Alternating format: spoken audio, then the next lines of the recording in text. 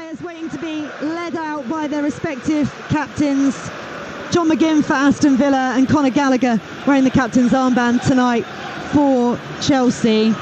Just a little bit of breaking news to give you. We were waiting for confirmation for it. We did watch John Duran, who's on the bench for Aston Villa tonight, pull up in the warm-up and go back into the tunnel with the physiotherapists from Villa Park. We're waiting to see whether or not he takes his place on the bench or a replacement is brought in for him.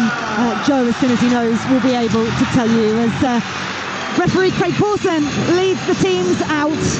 I mean, we've got a smoke show going on, a fire show on the far side. I mean, all of the stops are being pulled out to get this Villa Park crowd up for another huge night under the lights here at Villa Park. European football's on the line. A little bit of pride for Chelsea as well, for sure. Sit back and enjoy this one with former Sunderland and Blackburn defender Mickey Gray, alongside your match commentator here on Talksport, Joe Shennan. Thank you, Faye. Good evening, everyone. And Villa Park is quite the sight. Plumes of flame shooting up into the air. Villa fans away to the right in the Holt End, waving flags of claret and blue. What a night ahead in the fight for Champions League football. And Aston Villa are already enjoying their best Premier League season for points won. And Villa have the advantage over Tottenham in the race for fourth. 6 points clear, though Spurs have 2 games in hand. It must be maddening at times to watch Chelsea, meanwhile, almost as soon as Maurizio Pochettino's team look capable of something, they produce a display like that at Arsenal on Tuesday. Thankfully for Chelsea, Cole Palmer is back in the side this evening as part of 3 changes to the side thrashed at the Emirates on Tuesday night. Petrovic in goal, Chalobah and Thiago Silva return to the back line, which is also made up of Badiashile and Cucurella, Gallagher and Caicedo in front of them, Madueke, Palmer and Mudryk behind Jackson up front. The Chelsea subs, Cassidy, Gilchrist, Disasi, Bettinelli, and then 5 teenagers, Tyreek George, Keanu Dyer, Joshua Achiampong, David Washington and Ted Kurd, the goalkeeper, all with just 3 Chelsea appearances between them, all of them for David Washington. Aston Villa can go 9 points clear of Tottenham in the race for fourth tonight with a win, though of course Spurs would have 3 games in hand at that stage, albeit one of them will be in the North London derby against Arsenal tomorrow. One change to the Villa team that saw off Bournemouth here last weekend. Douglas Luiz back after a 2-game ban, having picked up 10 yellow cards, and he replaces Moussa Diaby, who drops to the Aston Villa bench. It's Martinez in goal with Cash, Konsa, Pau Torres and Luca Dean, the back 4. McGinn, Douglas Luiz and Tielemans in the middle, Bailey, Rodgers and Ollie Watkins up front. Watkins today, who aims to become the first Aston Villa player since Peter Withe in 1980-81 to score 20 goals in a top-flight league season for Aston Villa. Their bench, Olsen the goalkeeper, Diaby, Longley, Irogbanan, Chambers, Duran, Diego Carlos, Kellyman and Kesler Hayden. Chelsea all in royal blue, Aston Villa in claret and sky blue. Our commentary position just to the left of the halfway line here in the lower tier of the Trinity Road stand, about 15-20 rows from the edge of the pitch. And Mickey Gray, Villa Park is as raucous as you'd expect it to be these days. Aston Villa have got a major European semi-final to look forward to and the hope of playing in the Champions League for the first time ever, but the Champions League / European Cup for the first time since those glory days of the 80s. Great time to be a Villa player, isn't it? And a Villa supporter, Joe. They've had a fantastic season and it's just all about finishing it off now. Can they get over the line and finish in those Champions League spots? They're enjoying themselves week in, week out, watching this side play. Entertainment value is through the roof. And I'm really looking forward to seeing how they set up tonight as well against this Chelsea team that we don't know what we're going to get from them. Best season for points won in the Premier League at this stage for 30 years. Only once in the Premier League before have they ended up with more than 66 points, and that was in 92-93 when they finished second under Ron Atkinson. Well, it's been another extraordinary and in some cases defining day around the grounds around the country in the EFL and the Premier League. The chase for European footballers, so often is the case, looks set to go down to the wire.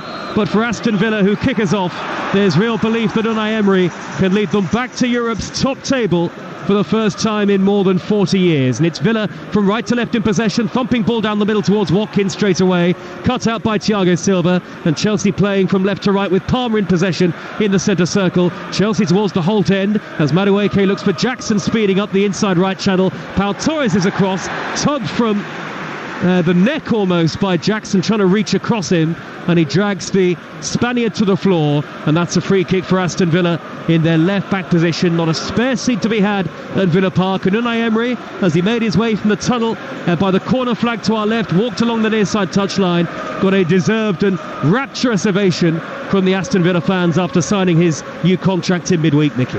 Well, absolutely, yeah, and thoroughly deserved. He's just been fantastic, hasn't he, since he came back to the Premier League, Unai Emery. You just see how organised Aston Villa are. Look, we talk about the entertainment value, but these players are drilled and they know exactly what they need to do. The ball is back with Petrovic, the Chelsea goalkeeper, all in bright yellow away to the left-hand side. A campaign which has shown promise for Chelsea, of course. League Cup runners-up and beaten in the semi-finals of the FA Cup by Manchester City, but almost when you think Chelsea are ready to really go on a run of form, they produce a performance and like we saw away at Arsenal live on Talksport in the week. Holt Enders in the sky rings around Villa Park. Our producer has just told me, Chelsea supporting producer, Jackson's got rid of his hairdo. It was dyed blonde, wasn't it, almost bleached, and he's kind of gone for the close crop look, so maybe that'll bring about a change in fortunes. Yeah, well, hopefully a goal scoring change for him. I think that's what he'll be hoping for himself, Joe, isn't it? Because over the last couple of weeks we've seen how many opportunities he makes for himself, but he has to start putting that ball in the back of the net. 0-0 the score. Caicedo sandwiched in between the retreating pair of Tielemans and Douglas Luiz, and a free kick to Chelsea. Dead centre, about 10 yards into the Aston Villa half. Pochettino stands, arms folded in his little technical area just in front of the dugouts here at Villa Park. Chelsea playing from left to right towards the cavernous Holt end in the first half. Aston Villa can go 9 points clear of Tottenham. Villa in fourth, though Spurs would have 3 games in hand.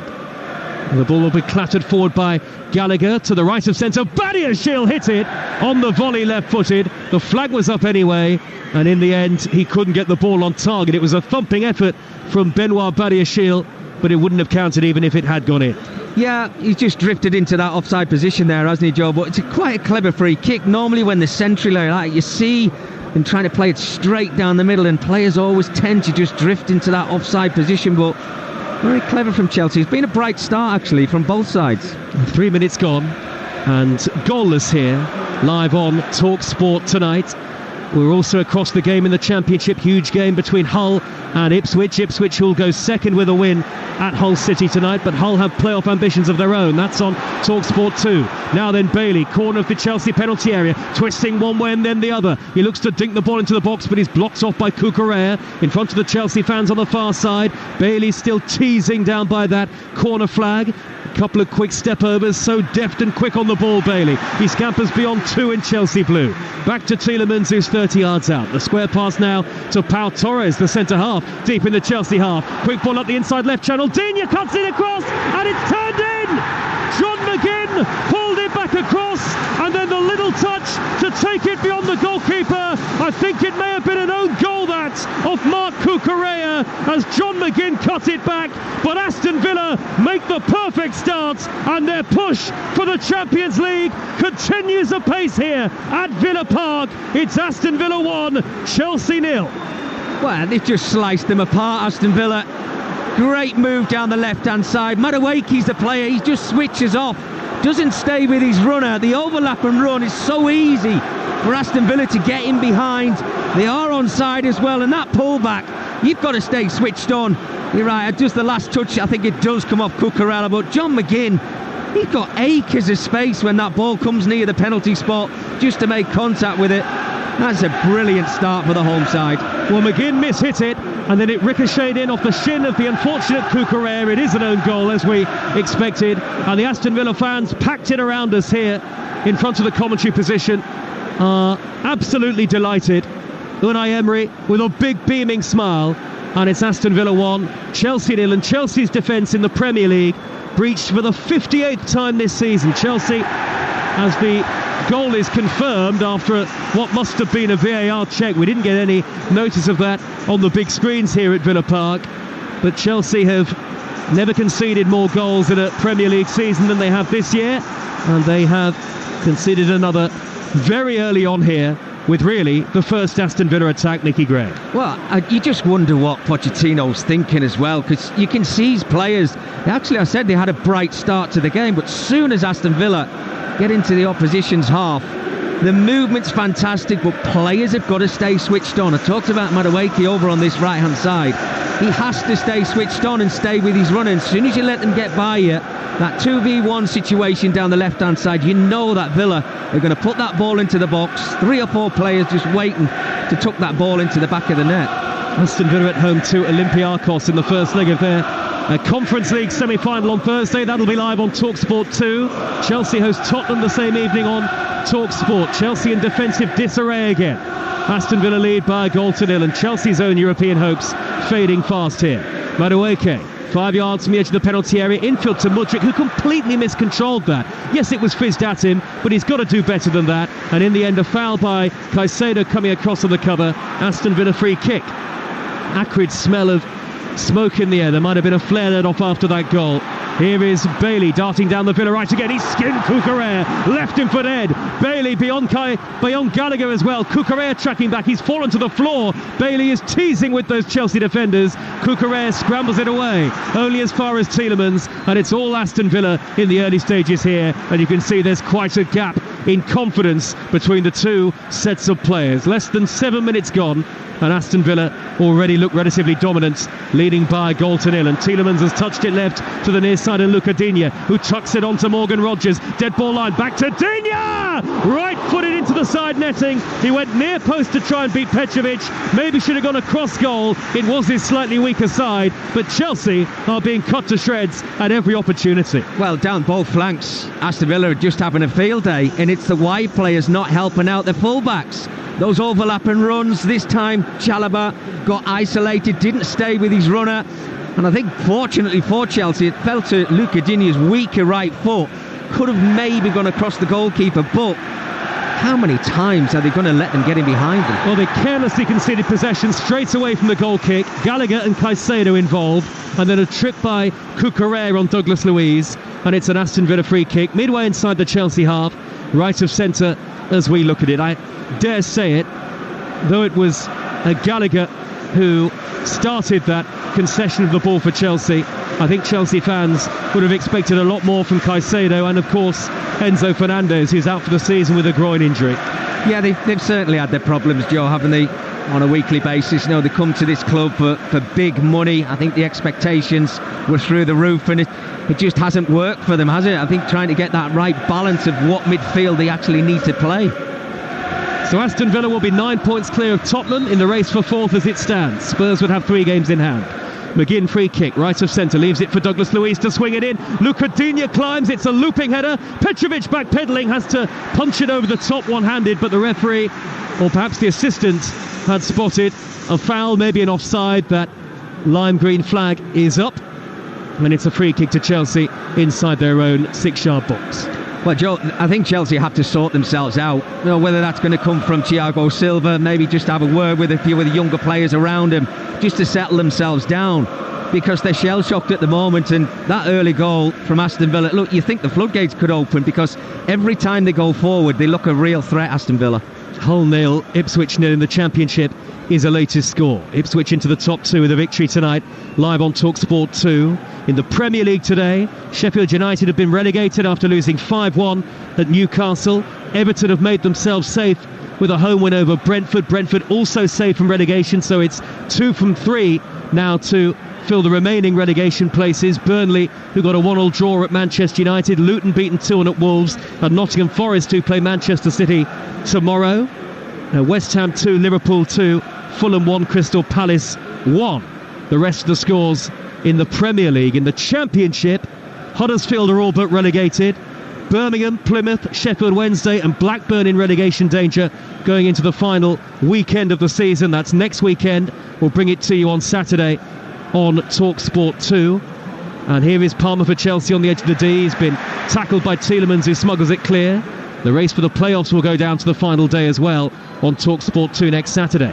Caicedo crosses for Chelsea from the right, steered upfield by Konsa for Aston Villa. Then a downward header by Chalobah is retrieved neatly by Douglas Luiz. Pau Torres, and they play some lovely neat triangular passing. Aston Villa, quick one-touch play to move the ball from the defensive third towards the halfway line. Madueke chasing back on Douglas Luiz, who eventually shuffles it back to the feet of Pau Torres. But there's so much confidence about this Aston Villa team as they seek a 5th win in a row, and that's the way it's going at the moment. Mickey Gray leading Chelsea by 1-0. Well, they're playing some wonderful stuff, aren't they?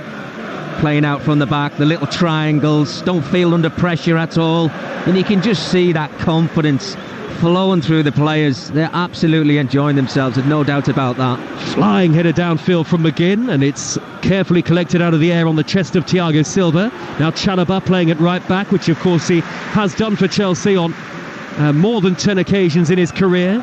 Scampers in field and rolls the ball back to Petrovic, all in yellow, the goalkeeper away to our left-hand side. Derby County promoted back to the Championship today. It'll be Bolton, Peterborough and Oxford and Barnsley in the playoffs. Cheltenham relegated today, along with Fleetwood, Port Vale and Carlisle, who we already knew were down. In League 2, Sutton have been relegated, Colchester live to survive another day. MK Dons, Doncaster, Crewe and Crawley all make up the playoffs, and the playoffs live on the Talksport network starting from next Friday night. Can't wait to bring those to you live and exclusive on the network.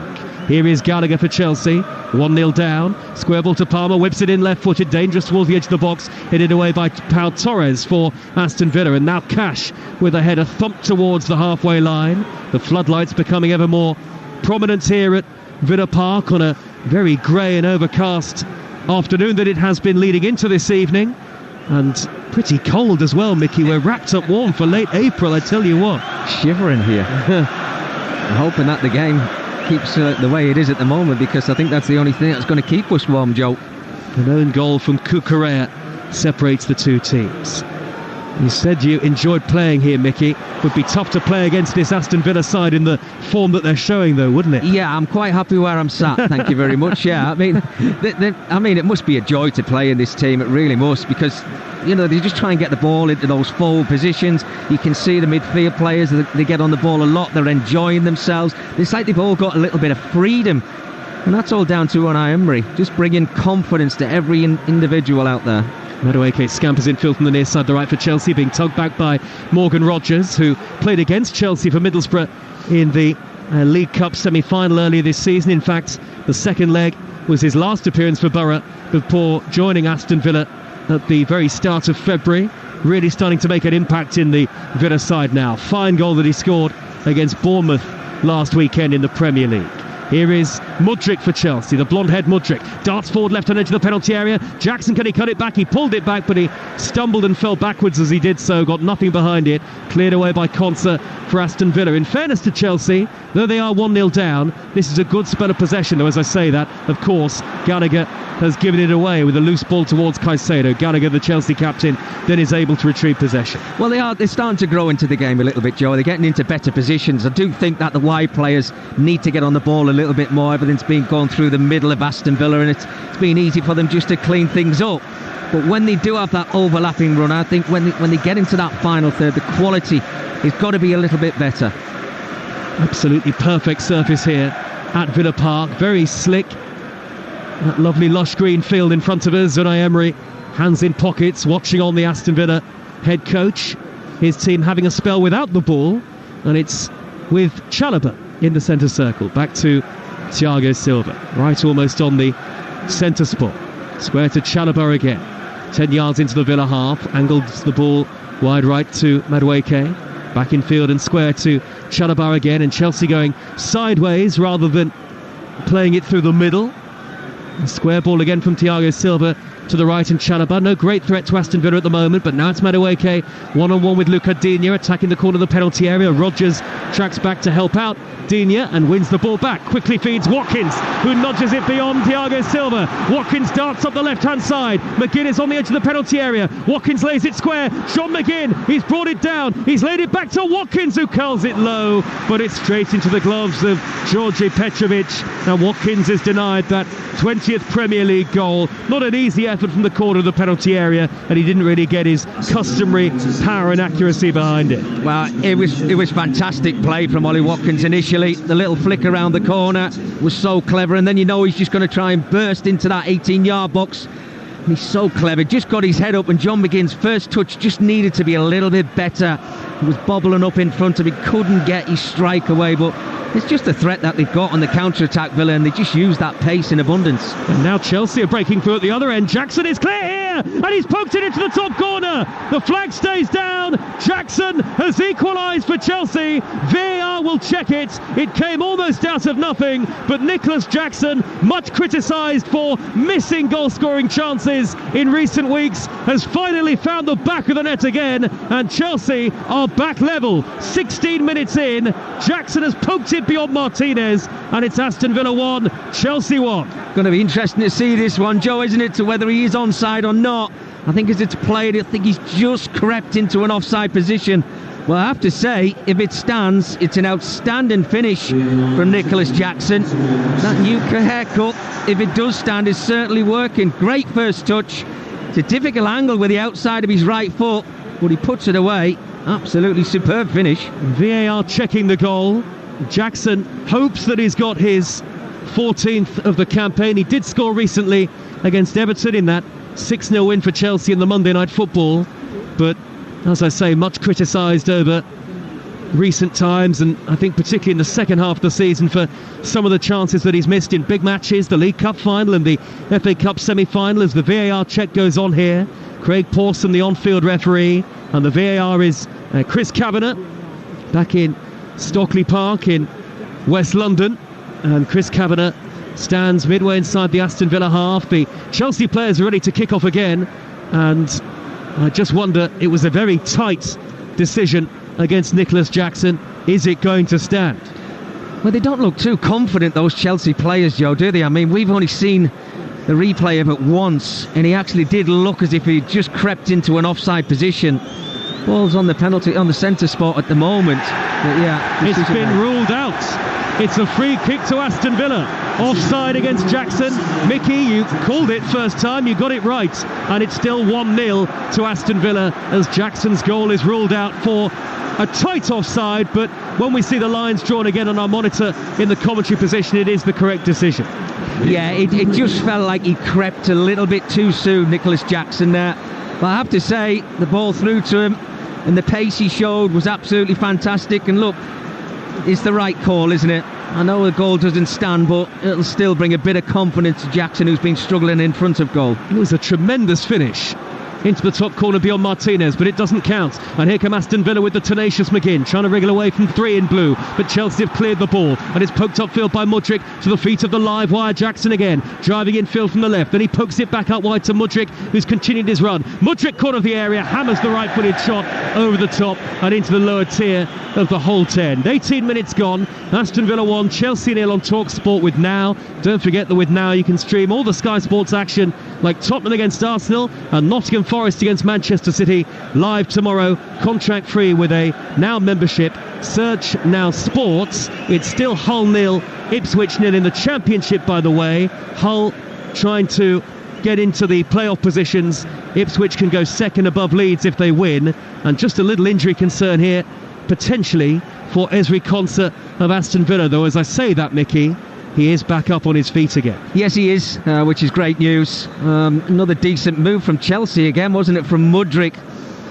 20 seconds ago there, but I do think it was the wrong decision. He just couldn't wait to get his shot away. He had space in front of him. He could have drove a little bit further into that 18-yard box, but it's such an open game of football. Villa look a real threat when they're going forward, but as I said a few minutes ago, Chelsea are just starting to grow into the game.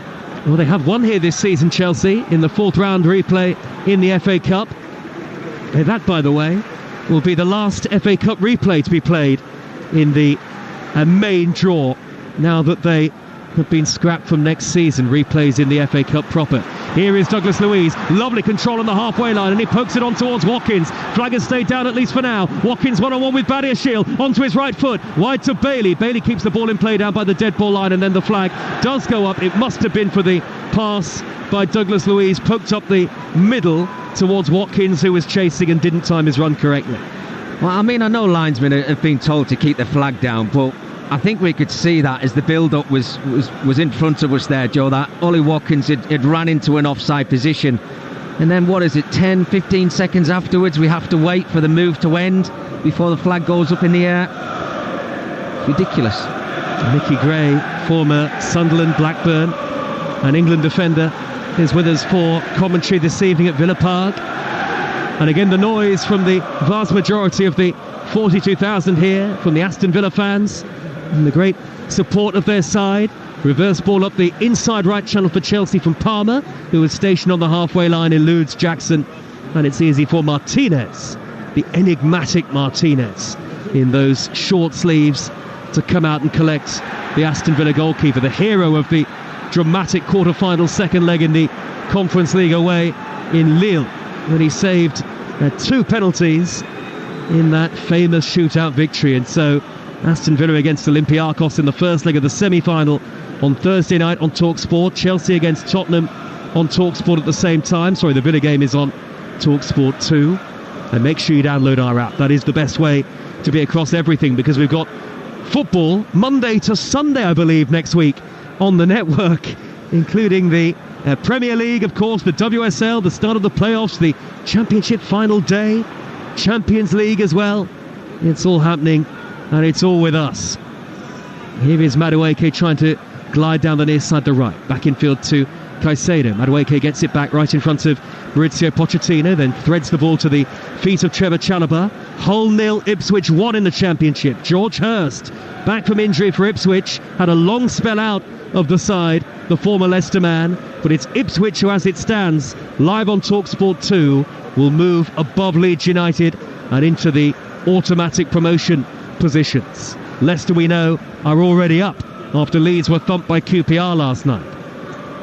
Here is Chalobah on the halfway line for Chelsea, right of centre. Again wide right, Madueke with the red and white boots. Chelsea playing towards the Holt end in the first half. We're midway through it. They trail 1-0, but in fairness, it's been I would say, a very good response from Chelsea to going a goal behind here. Yeah, they've been patient, haven't they? They've waited for their opportunities. Just as a shot comes in again from another 25 yards out, this time from Cole Palmer, Joe. And I was just about to mention, we've not really talked about Cole Palmer so far in the game. He's been very quiet, I have to say, for the first 22 minutes of this match. Well, he simply has to go to Germany with England, doesn't he? That can't be a question. Well, yeah, I'm in agreement with you, of course I am, yes, but it is a conversation at the moment, isn't it?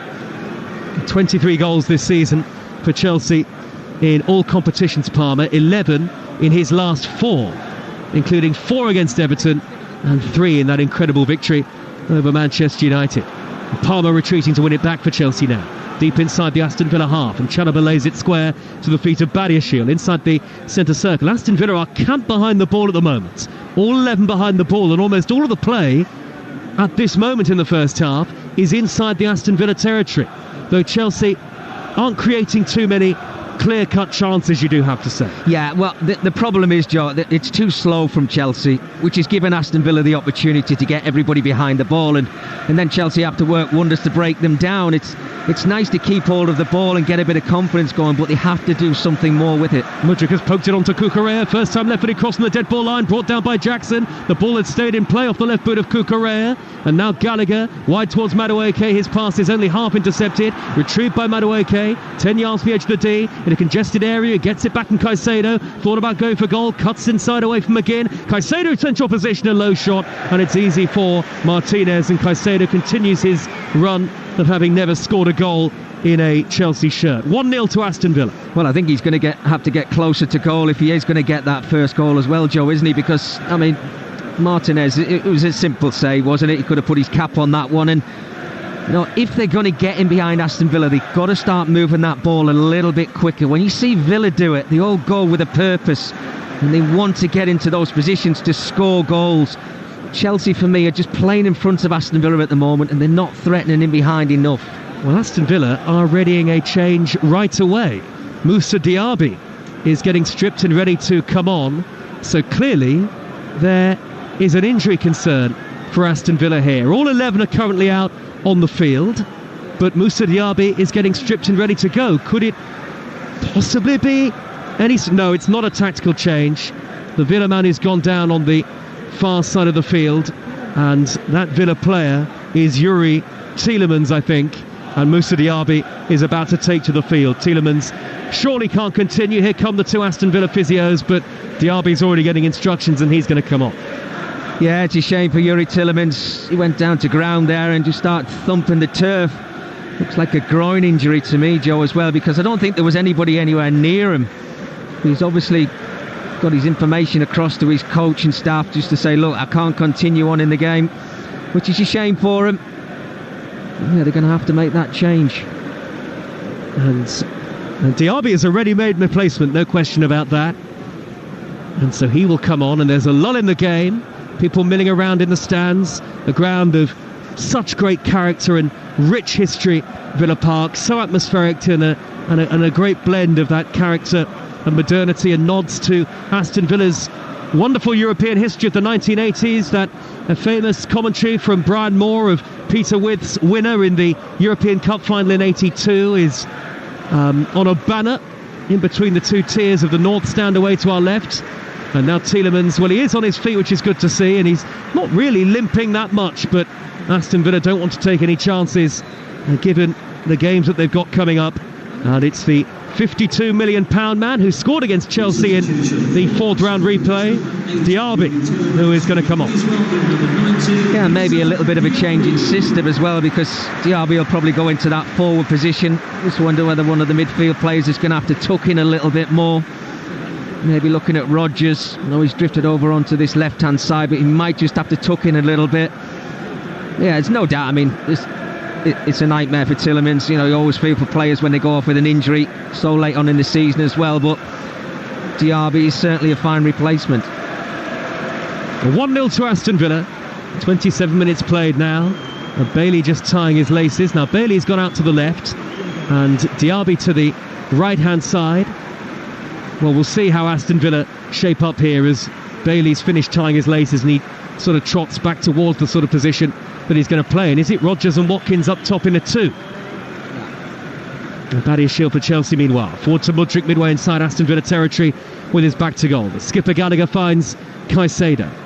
Chelsea have played well since conceding the opening goal. They started very sluggishly, Chelsea, but they've worked away back into the match as they try and find an equaliser. Gallagher 5 yards from the corner of the penalty area. Cucurella on the overlap. Cucurella with the own goal that separates these two. An unfortunate own goal. Could do nothing about it. The ball ricocheted in via the effort of John McGinn. Applause for Tielemans as he makes his way down to the tunnel to our left. Chelsea still in possession. Forward to Palmer. Palmer in the centre, edge of the D, right, left-footed curler blocked. That was goal-bound from Palmer. Just a chink away from one or two in the claret and blue of Aston Villa, and Palmer sized up the opportunity. Yeah, he's certainly starting to grow into the game, Cole Palmer. It's a couple of occasions now, but all their shots, Chelsea's shots, seem to be coming from outside of the 18-yard box, which is why I say it's simple for Aston Villa, because they've got everybody behind the ball. They'll be comfortable at the moment. They're saying, look, you can have as much possession as you want, because they're not hurting us with it. Here is Caicedo, corner of the 18-yard box. Villa with virtually everybody bar Watkins, in fact, back behind the ball here. And Gallagher will roll the pass to the feet of Badiashile now. Square ball to Thiago Silva, lip of the centre circle. And Villa playing a very patient game in terms of sitting back and waiting to hit Chelsea on the counter. And Chelsea, in a sense, having to be equally patient, given that they're not really carving out any clear chances. Caicedo trying to win the ball back half the pitch, and he's done so in front of Douglas Luiz. Pokes it on towards Jackson, and Jackson trying to burst through the middle, but quick off his line, scampering forward to gather it was Martinez at the feet of the striker, and there's a pat on the back at the Holt end from Konsa to Cash, because I think Cash did a lot of hard work there to outmuscle Jackson as he tried to race onto it. Yeah, he had to be sharp, Matty Cash, had to be very clever. You could see the run from Jackson after he was played in by Caicedo. Looked as if he just got a little bit too much pace on it. He was just looking down into that technical area, and Unai Emery's still telling his players just to calm themselves down, just to be patient. And they're waiting for their opportunity, waiting for a mistake from Chelsea, giving the ball away, and that's when they pounce on you. Very happy to have signed a new contract this week, Unai Emery. And Chelsea in possession again. Chelsea have dominated the ball really since going behind in the 4th minute. In fact, 75% of possession for Chelsea over the course of the game. Villa with that early flurry, but now seemingly content to sit off Chelsea here. Chalobah in the centre circle, and actually when Chelsea have possession, it's almost like a defensive three of Chalobah, Thiago Silva and Mudryk, but now it's given away by Badiashile. He wasn't diligent enough with that pass down the middle. McGinn with a lovely flighted crossfield ball, left to right towards Bailey. He's brought it under control down by that far side the right. He's in a wrestling match with Badiashile, who is surely fouling Bailey, tugging him back in front of the Chelsea fans, and in the end the assistant rightly flags beneath the dark skies and the floodlights here, and it's a free kick to Aston Villa, left with the edge of the 18-yard box. Good work by Bailey. Well, you were just wondering when the linesman was actually going to put his flag up for a foul, because Badiashile had hold of it, but it seemed like for an age. But a great ball from John McGinn, and you can see Bailey just trying to get on the front foot there as well, and his first touch was fantastic. Certainly would have tested out that strap knee that he's got there as well, Joe, but this is a real problem for Chelsea again, is it? Because Aston Villa set pieces, they do work hard at these. You're absolutely right, Mickey. Lots of heavy strapping on that left knee of Bailey. Just over half an hour gone. Free kick to Aston Villa at the north stand end of the ground. McGinn one arm up into the air. He's going to swing this in, left-footed into the 6-yard box. Good header away by Badiashile. Height and distance on it. It'll drop to Cash midway inside the Chelsea half. Very calm Douglas Luiz as he plucks the ball out of the air. Feeds Cash again on the halfway line. Cash pumps it cross-field, right in front of our commentary position, but there's too much on that, right to left towards Luca Digne. It skims off the Frenchman's head and out of play for a throw to Chelsea on the near side the right, on a day where Sheffield United were relegated from the Premier League. Sutton down out of League 2 into the National League. Cheltenham relegated from League 1, but Derby are going up. And in the Championship, Birmingham, Plymouth, Sheffield Wednesday, Blackburn are all going to be involved in the relegation battle on the final day. Huddersfield are virtually down because of their poor goal difference. Hull, 0, Ipswich 1, a latest score in the 8 o'clock kickoff, live on Talksport 2. So Ipswich going into the top 2 as it stands. And Chelsea's women beaten on aggregate in the Champions League semi-final by Barcelona earlier. Here is Thiago Silva winning the ball back for Chelsea midway inside his own half, and now Gallagher tees it right to Madueke. Return ball infield to Gallagher, just shy of halfway. That's a pass way overhit by Gallagher. Madueke was never going to chase that down in the right wing position because Pau Torres had a head start to send it spinning back to goalkeeper Martinez. Then Rodgers, who's not been particularly effective, loses out on the halfway line. Chelsea very comfortable on the ball. Can the likes of Palmer seize the moment and help find Chelsea an equaliser, Mickey Gray? It's a game of chess at the moment in that middle third of the field. Yes, it is, yeah. And watching Chelsea, you're just looking for somebody who's got that key pass, who wants to do the hard yards and try and run in behind this back line of Aston Villa. Because at the moment, you're just seeing the body language of Madueke when the pass was played a little bit too far forward. He's waving his arms around at Conor Gallagher as if he didn't want to make the run. Everything's to feet at the moment. You know, you've got to be willing to try and just break your neck and get in behind them to make something happen. Chalobah on the halfway line forward to Jackson. Quick feet away from both Rodgers and Douglas Luiz. Now Palmer with his back to goal. Shuffles away from the challenger Pau Torres, and Gallagher steers it wide to the right wing position, and Madueke infield to Palmer, about 6 yards from the corner of the penalty area. Back is Chalobah onto Gallagher. Little triangular passing from Chelsea, but they haven't got any further forward. In fact, Palmer's had to go back to the centre circle, and Thiago Silva, Pochettino pacing up and down in his technical area. Badiashile, lovely slide rule pass. Mudryk is in, square towards Jackson, couldn't reach it. It's come out to Caicedo on the edge of the box. Wide to Marc Cucurella. Cucurella brings it down, digs it in, headed off the post by Jackson this time. 6 yards out, big chance missed by Chelsea. After excellent build-up play, suddenly they found another gear in the attacking third, and Jackson, well, you have to say again, from close range should score. Joey has to score. 100%. It's brilliant build-up play from Chelsea. It's patient. The ball in from Cucurella down the left-hand side, but because he's unmarked Jackson in that 6-yard area, he's headed it down. He's done the right thing there, but he's got the whole goal to aim for. And it's just a lack of confidence in front of goal. He's thinking about things too much, but that has to find the back of the net. Well, one disallowed for offside, and one off nearly the base of Martinez's post. The goalkeeper away to our right at the whole 10, rooted to the spot. The voices of thousands booming behind him now, but Aston Villa struggling to retain any sort of possession. This must be concerning now for Unai Emery. Ball up the inside right channel from Chalobah, evades Palmer on the stretch. Pau Torres will feed it back to the goalkeeper. Now Douglas Luiz on the edge of his own box, fouled by Jackson, who was a little overexcited with that challenge, and it'll be a free kick to Aston Villa. Here's Mickey Gray. Well, it's such a cheap foul to give away from Nicholas Jackson as well. You can see Douglas Luiz, he's panicking a little bit, doesn't want to clear his lines, he's trying to play out from the back, and Jackson does him a favour. Just barges into his back, and it's a simple little foul. But you're right about Aston Villa. Look, brilliant start to the game. They've not had a lot of possession in the game. They looked a real threat in that first 10 or 15 minutes of this first half. But other than that, you're wondering whether they're just playing the patient game. We've had 35 and a half minutes here, and Aston Villa still lead, but the advantage is a slender one. Pau Torres, edge of his own penalty area.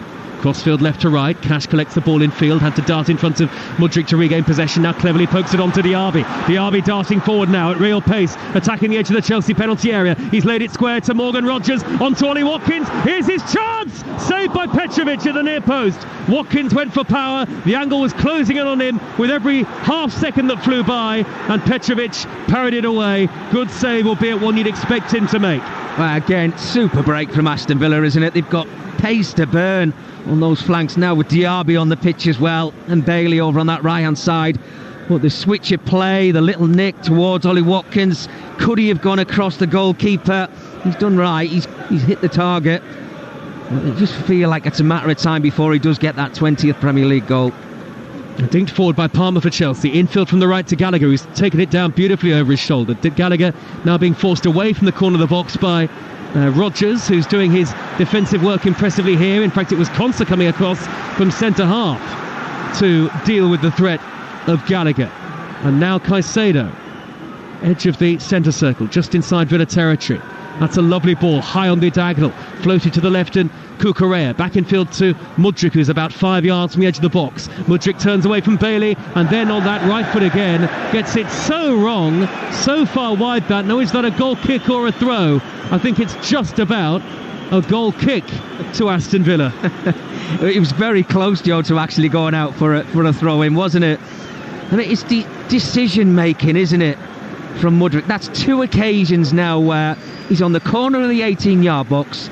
It's got to be an absolute wonder strike to score from where he's taken his shots from. Just be patient and play the right ball. Aston Villa leading by a goal to nil, and Morgan Rogers now is racing up the middle towards the edge of the D. His touch is heavy, and he slipped as he tried to thread the ball to his immediate left. And Watkins, pass intercepted by Chalobah and cleared upfield by Thiago Silva. Gallagher's broken between the lines, and now Mudryk quickly to Jackson. Good counter-attack this from Chelsea. Jackson corner of the penalty area. Cucurella trying to cut it back. His cross is blocked, this time by Cash at the near post again. But Cucurella's won it off Diaby. Not enough urgency from the Villa sub. And now Gallagher curls it goalwards from about 30 yards out in a central position, and Martinez saw that wide easily. Goal kick to Aston Villa, but more warnings for Unai Emery's team. Well, there's no doubt Marc Cucurella's getting a lot of joy now down that left-hand side. Since he started breaking across the halfway line into the opposition's half, he's put some decent balls into the box. But on this occasion, he got to the byline, but there was nobody, not one Chelsea player in the penalty area looking to get on the end of his cross. Chelsea impressively speedy with the counter-attack there. A real dynamism about the way Chelsea came forward in that moment. But they've lost possession in the middle of the park. It's then won back by Caicedo, getting in front of Douglas Luiz with a body check that was firm but fair. And Chelsea have it now with Gallagher again in the centre circle.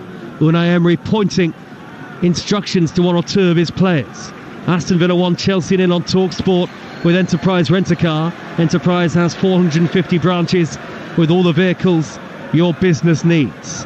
We've had 39 minutes of play on Talksport, live and exclusive from Villa Park, and Aston Villa will be 9 points clear in the race for 4th, 9 ahead of Tottenham, but of course Tottenham would have 3 games in hand. Villa's goal difference is better, by the way. Better at the moment, Aston Villa, their goal difference by +6 effectively, as Chelsea win a free kick deep inside Villa territory, far side their left. Yeah, a good play from Mudryk. I think he wasn't really expecting that ball to go over the top of Diaby's head there. His first touch, he's done quite well actually to win a foul out of that, and it's the positions you want to see him in. That diagonal ball, certainly from right to left, is working a treat for Chelsea over the last 5 or 6 minutes. They're getting in behind, they're now starting to cause problems, but still searching and trying to get themselves back on level terms. Well, it's Palmer and Gallagher who are standing over the free kick here. Left wing position, level almost with the penalty spot. Not even a yard in field on that far side. Chelsea playing from left to right towards the Holt end, all in blue.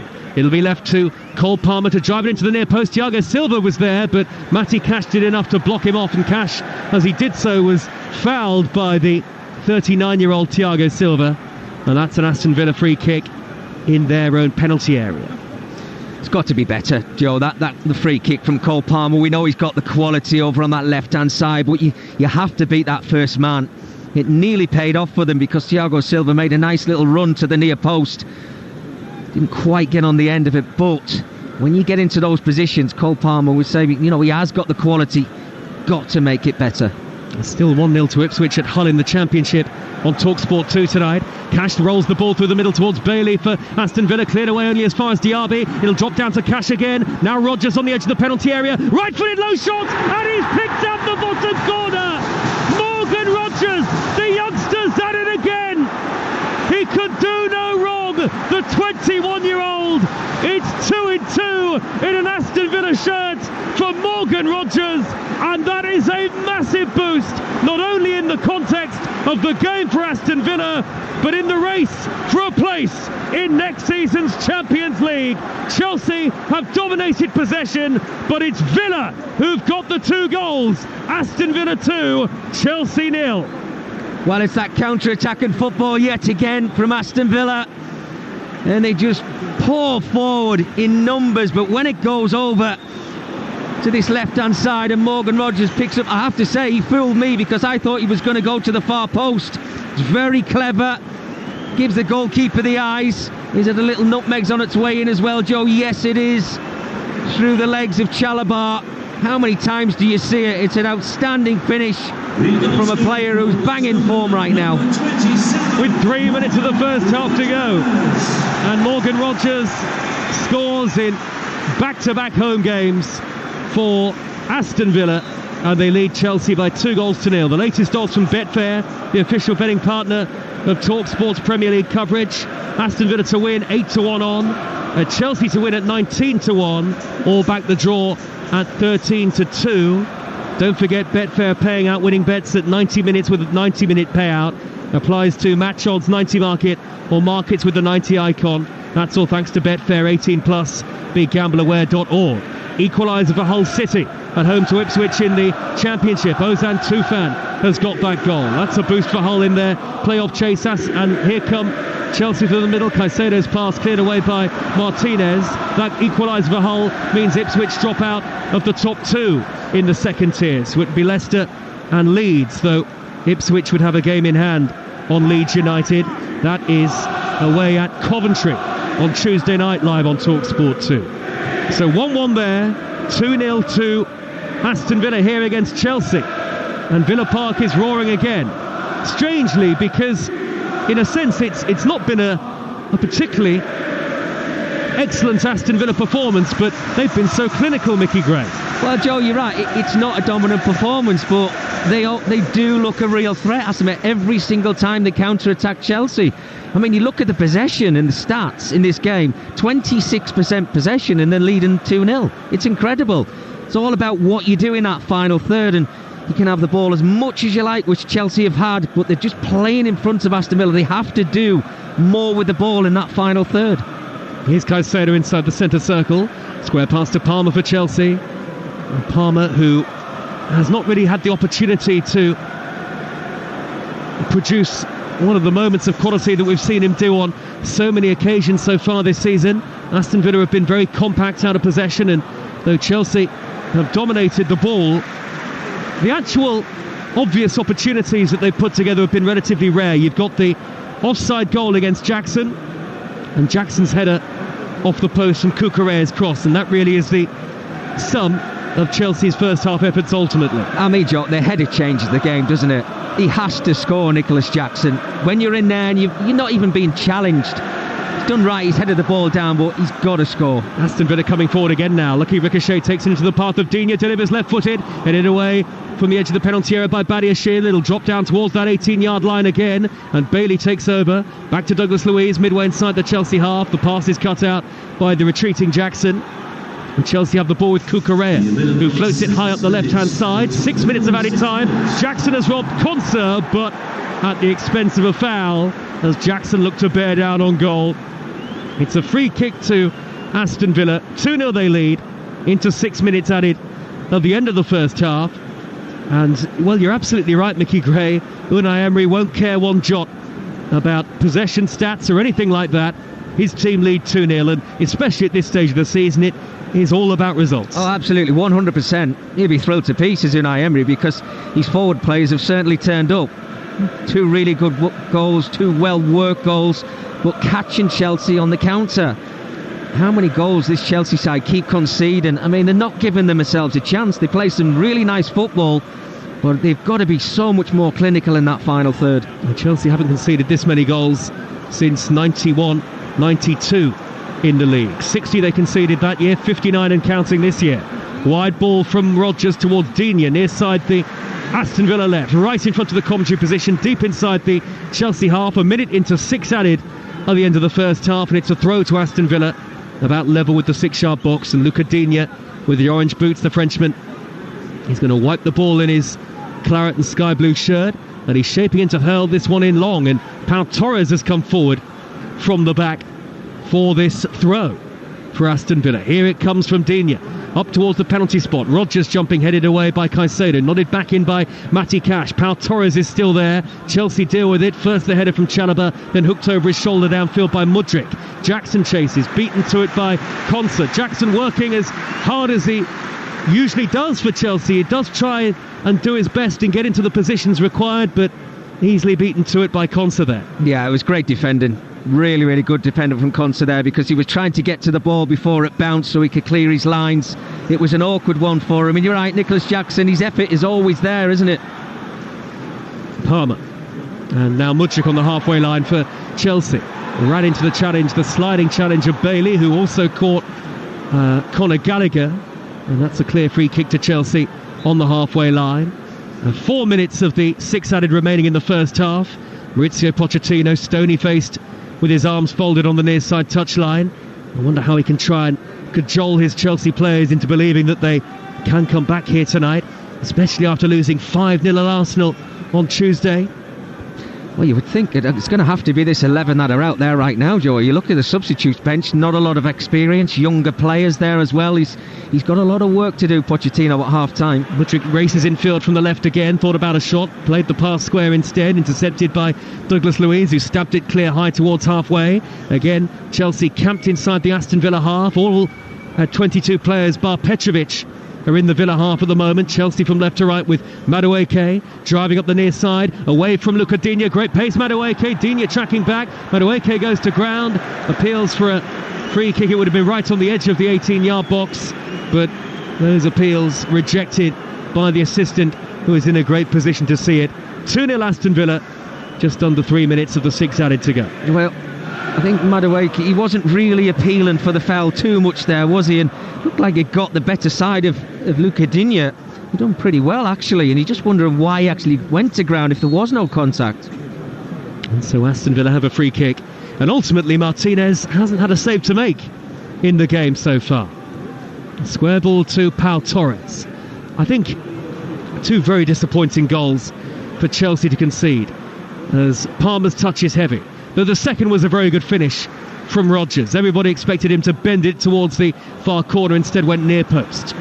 Here is Caicedo for Chelsea, 25 yards out, ball up the middle, nowhere near Jackson. Intercepted by Konsa, who strides out of defence, and now Diaby from the halfway line. Quick ball over the top towards Watkins. It eludes his outstretched leg and flies out of play. Chelsea throw in the left-back position. They're 2-0 down. You would think as a defender, Joe, it must be a nightmare to play against Aston Villa, because every single time they get that chance to get their head up around that centre circle, they've got Diaby, Bailey just bursting forward to try and get him behind, and Ollie Watkins, we know how much of a willing runner he is as well, and you know, that's why they're so entertaining to watch. Here is Thiago Silva inside the centre circle. Square ball to Badiashile. Thiago Silva again. Hull 1, Ipswich 2. Amari Hutchinson just before half-time for Ipswich. Live right now on Talksport 2. Here's Cucurella for Chelsea. Infield, didn't reach Gallagher. Poked away by Douglas Luiz. A minute of first half added time to go here. Aston Villa looking to hold on to that 2-0 advantage that they've got. A Chelsea goal before half-time might well change the feel of things. Madueke, right wing position, barely a yard infield from the near side touchline. He's got beyond 2 Aston Villa defenders. It's a brilliant run from Madueke, and a low shot from the edge of the box is blocked before he could get anywhere near Martinez. Aston Villa now breaking on the counter-attack, and this is where they look really dangerous. It's 3 against 3. Moussa Diaby's run 40 yards, infield from the left. He's poked it down the middle towards Watkins, and Petrovic, slow to come off his line, eventually collects inside the 6-yard box with Watkins under pressure from Badiashile. Well, Joe, just looking down on the pitches, Conor Gallagher seems to have a real problem with his knees, just been limping around for the last couple of minutes, and you could see he was really struggling to get back from that break from Aston Villa again, and here they go once more. We are into the last few seconds of the 6 added. Gallagher, who was caught by that slide tackle of Bailey, wasn't he? Maybe it's a layoff from that. Half-time whistle goes, and Aston Villa's upward momentum continues here. They lead Chelsea by 2-0 at half-time. Chelsea, who've had so much possession, but that defensive vulnerability that we saw away from home at Arsenal, we've seen it throughout the season, exposed again here by ruthless Aston Villa, who scored early an own goal from Marc Cucurella after Luca Digne's cutback had reached John McGinn. He tried to steer it goalwards, mishit it in truth, and it rebounded in off the shin of Cucurella for an early Aston Villa lead. Morgan Rogers added the second late in the first half, picking out the bottom corner, going into the near post beyond the dive of Petrovic. Sandwiched in between, Nicholas Jackson has had one goal ruled out for offside, and he's had another big opportunity with his head, but could only find the foot of the post. And it really is in some ways the same old story for Chelsea across the course of the season, but Aston Villa are able to potentially create further space between them and Tottenham in the race for the top 4. At half-time, Aston Villa 2, Chelsea 0. Which is probably a scoreline, Mickey Gray, that you might have expected at the beginning. Maybe Aston Villa could have had 3 or 4 in that opening spell of 10-15 minutes, but Chelsea grew themselves into the game and will be really disappointed to go in 2 down. Well, Faye, a lot of possession. As I said in that first half, it's all in front of Aston Villa. They look comfortable. They looked a real threat when they were working the ball down that left-hand side, and they got Cucurella involved in the game. Nicholas Jackson, by the way, has got to score there. The header, he's got to put that in the back of the net, but they played patient and they've waited for their opportunities. But you can see what Aston Villa are waiting for. They're waiting for a mistake, and then the front 3 or 4 or 5, they just get themselves on their bike, they break forward, they've took their goals really well, they've worked it really well, but I just see a lack of concentration at really important times for Chelsea players, not helping out defensively, which is why it makes it so easy for Aston Villa to put the ball in the back of the net. They're showing a naivety, aren't they, Chelsea? What does Mauricio Pochettino do in that circumstance? What does he say to them at half-time? Well, it's difficult, I mean, because he's got to keep his players on side, hasn't he? He's got to fill them with confidence and tell them to come out in the second half and perform a little bit better just in those final moments. And if they can just sharpen up in that final third, there could be actually something there for them in this game. Because, let's be honest with you, Aston Villa have not played fantastic in that first half. They've not had a lot of possession. They just look a real threat on the counter-attack. So there's room for improvement without a doubt for Chelsea in this second 45 minutes, but they have to show a reaction as soon as they come out. Yeah, they certainly do. Anyway, this is Game Night exclusive on Talksport. At the break, it's Aston Villa 2, Chelsea 0. Second half action coming next, and we'll round up some of the day's other Premier League action. Game day exclusive on Talksport with Now. Stream the Premier League contract free with a Now Sports day or month membership. 18 plus, stream via internet, terms apply. We all fantasize about our perfect home. Sipping a morning coffee out on the terrace. Good morning, Mr. Squirrel. Morning. The kids building a treehouse in the garden. I'm living my perfect childhood. But come on, this isn't real. Listen, if you're serious about making your fantasy a reality, find out what your home is worth instantly with a free online valuation estimate. Get real about moving. Get on the market. Most common time to obtain an online quote between 1st of June 2022 and 30th of September 2022 is under 3 minutes. Excludes Northern Ireland. Uno is now available in McDonald's Happy Meal. So let's see who can shout Uno first. Bring it on. Yes. Ooh, no! A wild card! Right. Yes, back in the game. Yes! Ooh, no! Draw one card. Uno. Better luck next time. Have fun with your Uno cards. Does that one count? Nope. Oh, some fun, some food. It's all inside this Happy Meal. Until 7th of May from 11 a.m. Includes one pre-selected book or toy. Uno range comprises toys only, while stocks last. This football season, if you're looking to get involved in all the action, then look no further. At Betfair, we've made it faster and easier to build your ACCA this football season. Celebrate this weekend with a completely free ACCA or Bet Builder on football. Betfair. Opt-in and previous deposit required. Max free bet varies from £1 to £10 per customer. Minimum odds of 1.5 on minimum one leg. T's and C's apply. 18 plus. BeGambleAware.org. Hope there won't be any VAR delays today. Heard that rumour about their striker. Can't wait to see what the pundits make of that booking. Looking forward to the match report on this one. When it comes to football, never miss a story. Get the best news, opinion, interviews and gossip at thesun.co.uk. For the football lowdown every day, it's thesun.co.uk. Mwah. When it's lunch o'clock, I just eat the tortilla naked burrito bowl. Oh, I didn't know you could get those. There's a lot you don't know, dear. Well, I know that shirt's not coming back into fashion anytime soon. Touché. Get tortilla, Subway, Pret, and more delivered. For lunch and everything else. Did somebody say Just Eat? Charges apply. Check available restaurants in your area and opening times on justeat.co.uk for details.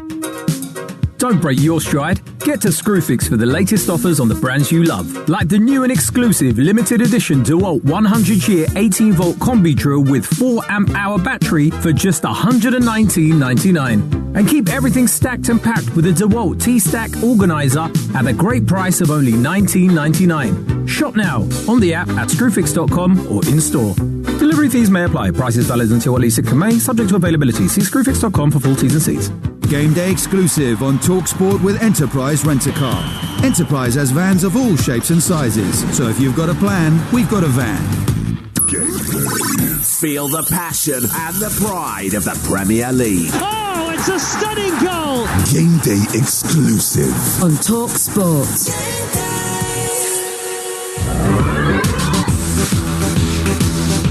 But for Aston Villa, who kick us off, there's real belief that Unai Emery can lead them back to Europe's top table for the first time in more than 40 years. Quick one up the inside left channel. Digne cuts it across, and it's turned in! I think it may have been an own goal, that, of Marc Cucurella, and their push for the Champions League continues apace here. That's a brilliant start for the home side. Digne!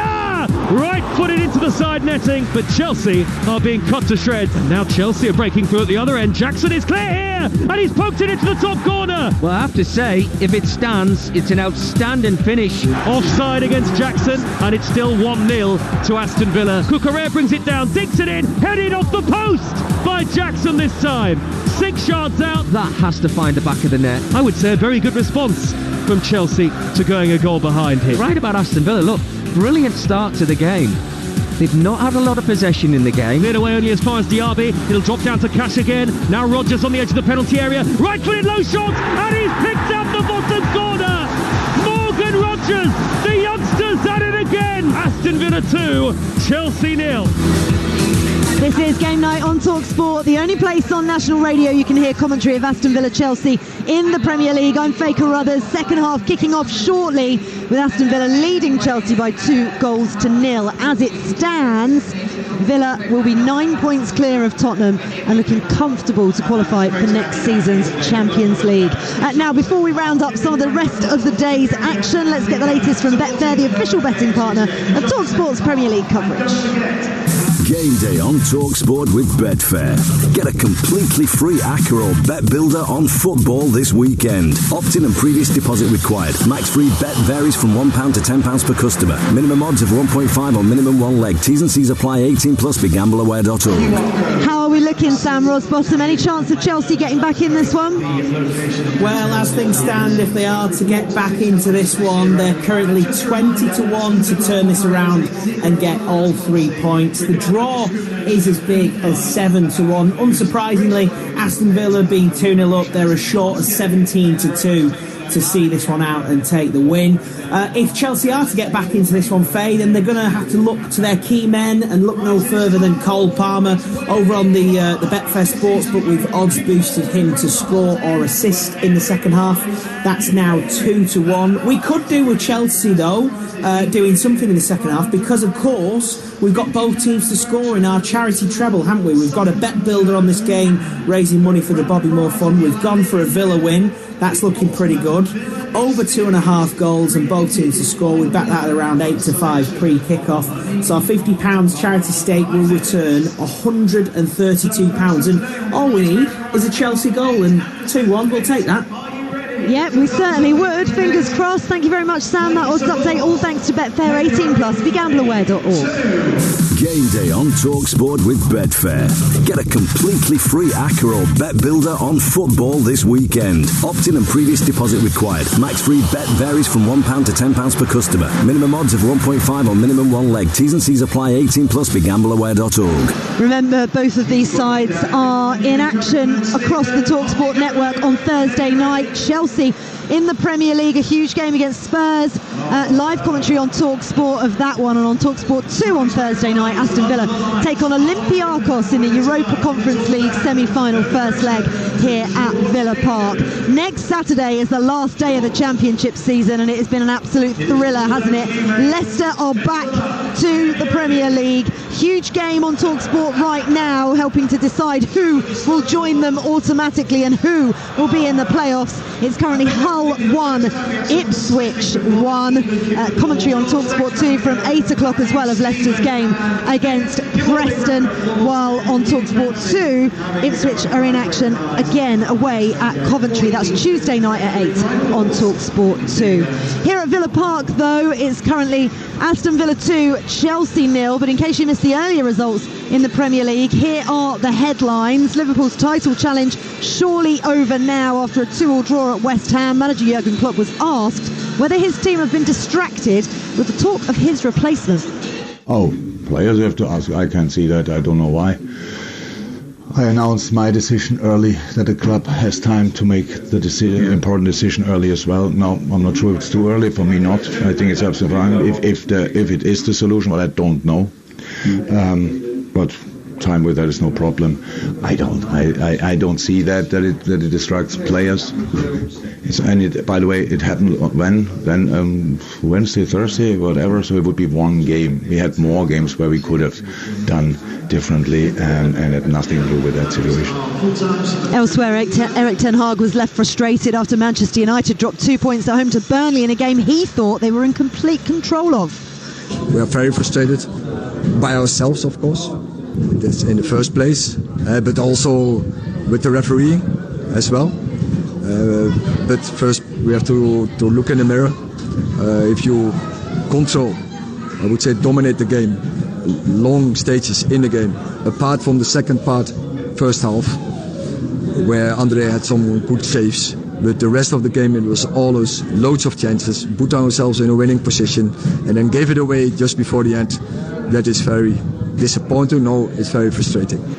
Yeah, frustrating for them, but not for Burnley. They've given their survival hopes a boost with a point. Luton Town, though, were beaten 2-1 by Wolves. They're still a point from safety ahead of Nottingham Forest playing Manchester City tomorrow. No fight left for one team, though. Let's hear from a dejected Chris Wilder as Sheffield United's relegation to the Championship was confirmed with 3 games left to play after a 5-1 defeat at Newcastle. There will be better times coming, and I'll make sure that the work that we do in the summer and hopefully, given that opportunity to really improve the group on so many ways, tactically, technically, physically as well, because yet again, our Achilles heel today stood out. Physically we couldn't cope with the pace of the game second half, and the mentality as well. Goals going in and then heads dropping and then going from 3 to 4 to 4 to 5. It's happened too many times. So they're the cornerstones of the game, and we'll get right, and the players have to recognise that it is a really good football club. We've had a really poor season. Yeah, they have had a poor season, but somebody who's had a fantastic season is Ipswich Town, and it could get even better for them. They are back in the automatic promotion spot as it stands. 2 points behind Leicester, 2 points clear, crucially, of Leeds United, who lost 4-0 to QPR last night. Amari Hutchinson has put them ahead against Hull City. It's Hull City 1, Ipswich Town 2 at half-time in that game. Massive for Kieran McKenna and his side as they look to have back-to-back promotions and make it into the Premier League. Absolutely unbelievable. They'd love to do that, wouldn't they? It would be the first time Aston Villa made it into the Champions League, Mickey Gray, and they look good for it this evening. 2 goals to the good against Chelsea currently as we approach the start of the second half. What do they need to do to cement this? What do Chelsea need to do to get themselves back into it? Well, more of the same. I think certainly from an Aston Villa perspective, I mean, they know that Chelsea have now got to come out, they've got to open up a little bit, they've got to take the game to them, so they've just got to play that patient game and wait for their opportunities. And as we saw in that first 45 minutes, it's not all about possession, it's just catching them on the break, and if they can do that, then there's certainly more goals for Aston Villa in this game. Got a little bit of breaking news as well for you, it looks. Joe Shennan?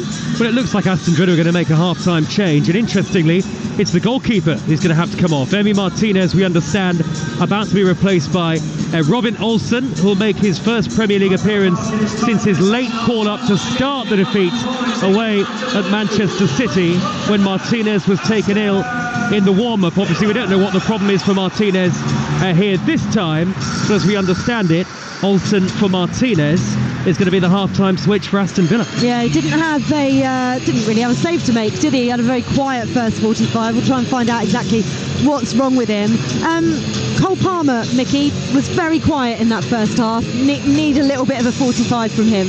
Oh, absolutely, 100%. They've got to get Cole Palmer involved in the game as much as they possibly can and as quick as they possibly can, because he's the real threat, isn't he? Look, he's had one shot, I think, from the edge of the 18-yard box, and other than that, I don't really remember too many times in that first half of actually talking about him. No, he was very, very quiet. If Chelsea are going to get themselves back into this and have any hopes of chasing Manchester United down in 6, they need a big performance in this 45. So, former Sunderland defender Mickey Gray and your match commentator here on Talksport, Joe Shennan, are in charge of the second half. And so the Swede, the goalkeeper Olsen, is just getting his black goalkeeping shirt on the near side touchline. He's going to put his gloves back on as well in just a moment, and there'll be confirmation of the change. Martinez goes off at half-time and Olsen on for his 7th appearance of this season and his 3rd in the Premier League, and as I say, his last was a start away at Manchester City after Martinez fell ill in the warm-up. So Olsen onto the field at half-time for Aston Villa, and look, he's a very experienced goalkeeper, there's no question, but that is a little disruptive, isn't it, Mickey Gray? As a former defender, you'd know that. Yeah, no, absolutely. It's a great opportunity for Robin Olsen. You just hope that Martinez is going to be okay for the remaining games of the season, but yeah, absolutely, he's got experience, and if it was anything like the first half, then he probably won't get tested too many times, Joe. No, Aston Villa lead Chelsea by 2-0. Chelsea have been wasteful in terms of the possession that they've had, and they kicked the game off playing from right to left in the second half.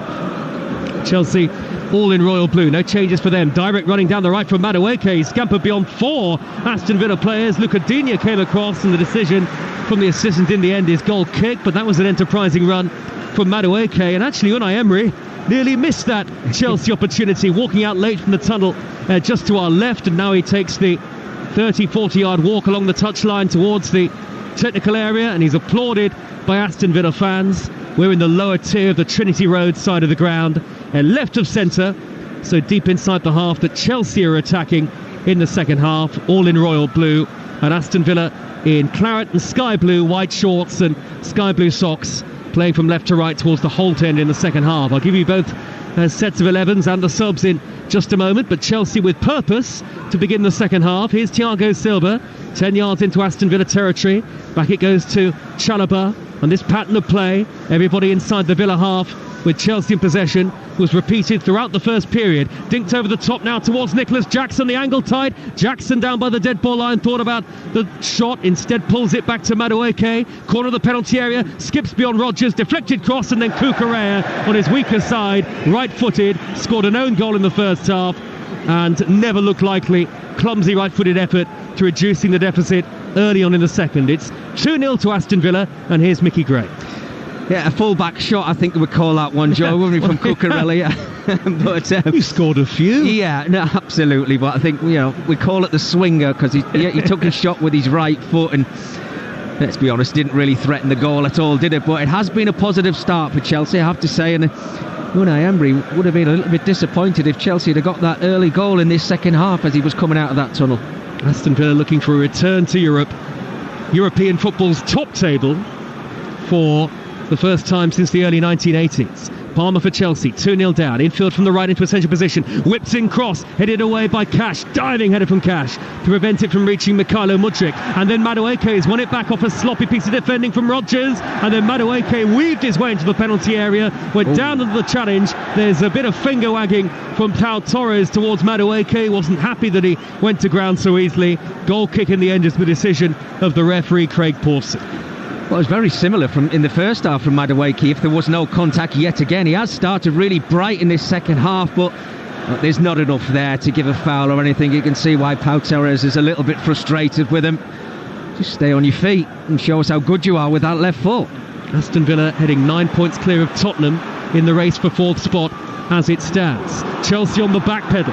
Cucurella facing his own goal under pressure from Bailey. Has to roll it all the way back to goalkeeper Petrovic. It's Olsen in goal for Aston Villa now, the half-time sub. Cash, Konsa, Pau Torres and Lucadinha at the back, with McGinn and Douglas Luiz in holding roles, and Douglas Luiz now going head-to-head with Caicedo, and a yellow card straight out of the pocket of the referee. Jackson is getting involved, Madueke and Watkins having his say. Yellow card for Caicedo as well, and a free kick to Chelsea just shy of the halfway line. Well, maybe they should show a little bit more of this fight, Joe. I don't mind that. A bit more aggression from Chelsea. I'd say they've come out in this second half. What does concern me when I do see them and they have that possession, they've got every outfield player in Aston Villa's half. It's a really high line, and it just takes that one mistake, that pass that doesn't go and catch your teammate, and Aston Villa, they'll pounce on that. They'll get themselves on the front foot. We know how good they are on the counter. Certainly something to look out for. No win in their last 4 away games for Chelsea. So Luiz and McGinn in the holding roles for Aston Villa. Bailey to the right, Rodgers to the left, and Diaby in behind Watkins. Chelsea, Petrovic in goal. Chalobah, Thiago Silva, Badiashile and Cucurella, who is playing in an inverted role when Chelsea have possession. Mudryk and Madueke, the wing players, with the 3 in midfield. Caicedo and Gallagher deepest, and Palmer in support of Nicholas Jackson. Good noise from the Chelsea supporters, who occupy sections of the two-tiered Doug Ellis stand on the far side of the field. But it's been a glum week for Chelsea, hasn't it? 5-0 away at Arsenal, which followed a defeat in the semi-finals of the FA Cup against Manchester City, and now 2-0 down away at Aston Villa. Chelsea's slim hopes of European football themselves absolutely nowhere near the top 4, Chelsea, and ironic cheers from the Aston Villa fans as Mykhailo Mudryk can't control on the near side. Aston Villa throw, right back position, and Villa in control, live on Talksport 5 minutes into the second half. Well, it's so poor, isn't it, from Mudryk? Lovely little crossfield ball there from Cole Palmer, and all Mudryk's got to do is just bring that ball down, control it, and he's in a 1v1 situation, just takes his eye off the ball. I talked in the first half about the concentration of some of the players in that blue shirt, and certainly saw it with Mudryk there.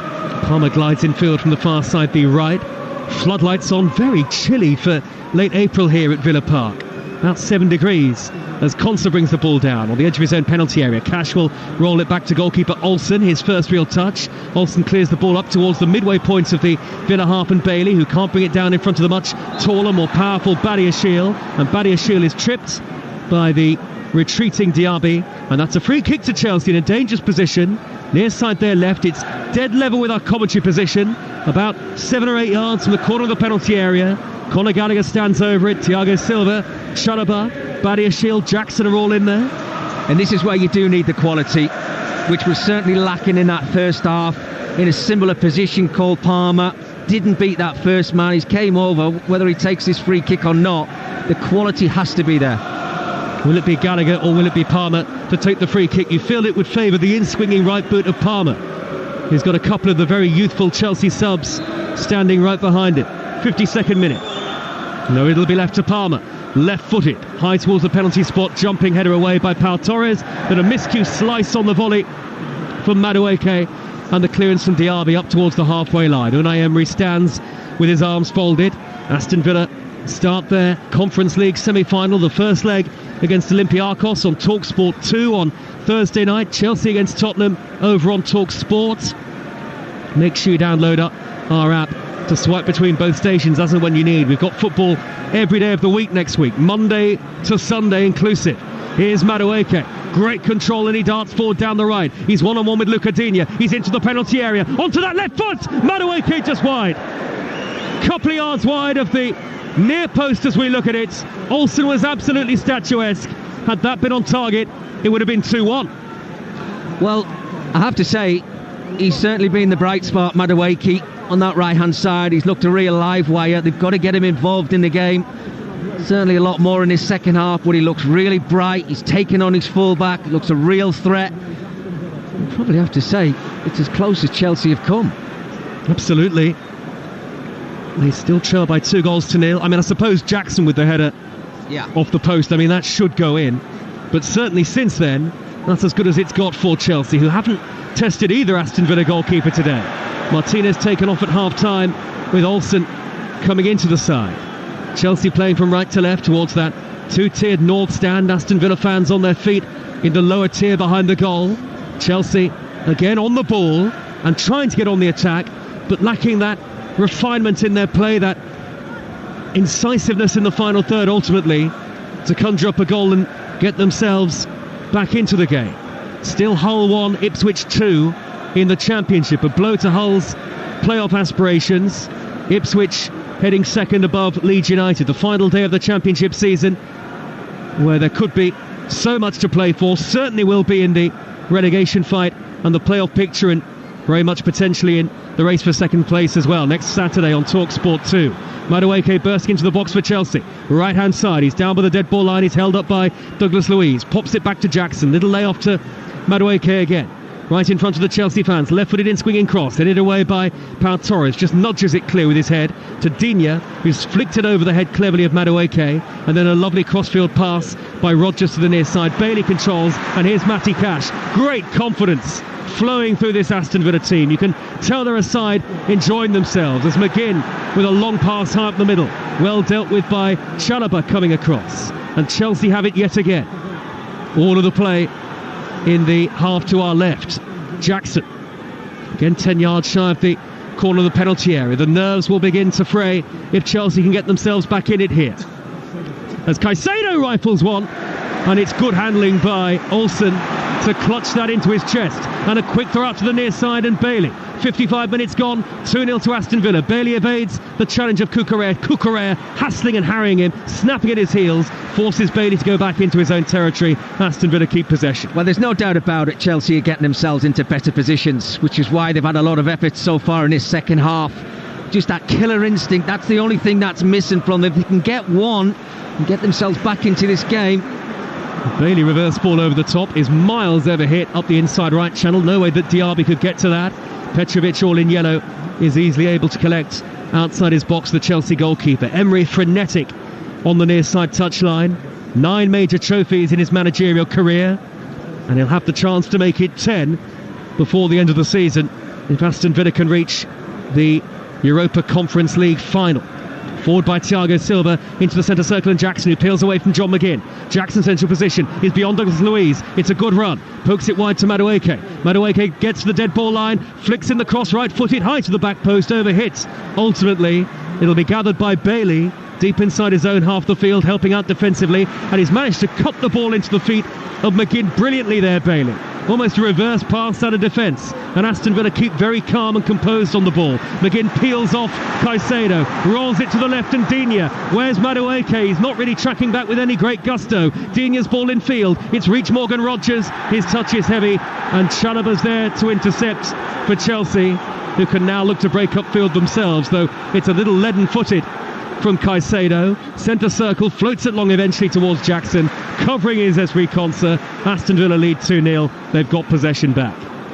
Well, just having a look at Unai Emery, Joe, and you're right, he's very irate, isn't he, in this second half? He's frustrated because his players are not doing what he wants them to do. They're giving the ball away cheaply. That final ball's not working for them in the second half, which is why they've had to drop a lot deeper than where they were in the first 45 minutes, and it's where Chelsea's getting a lot of joy now.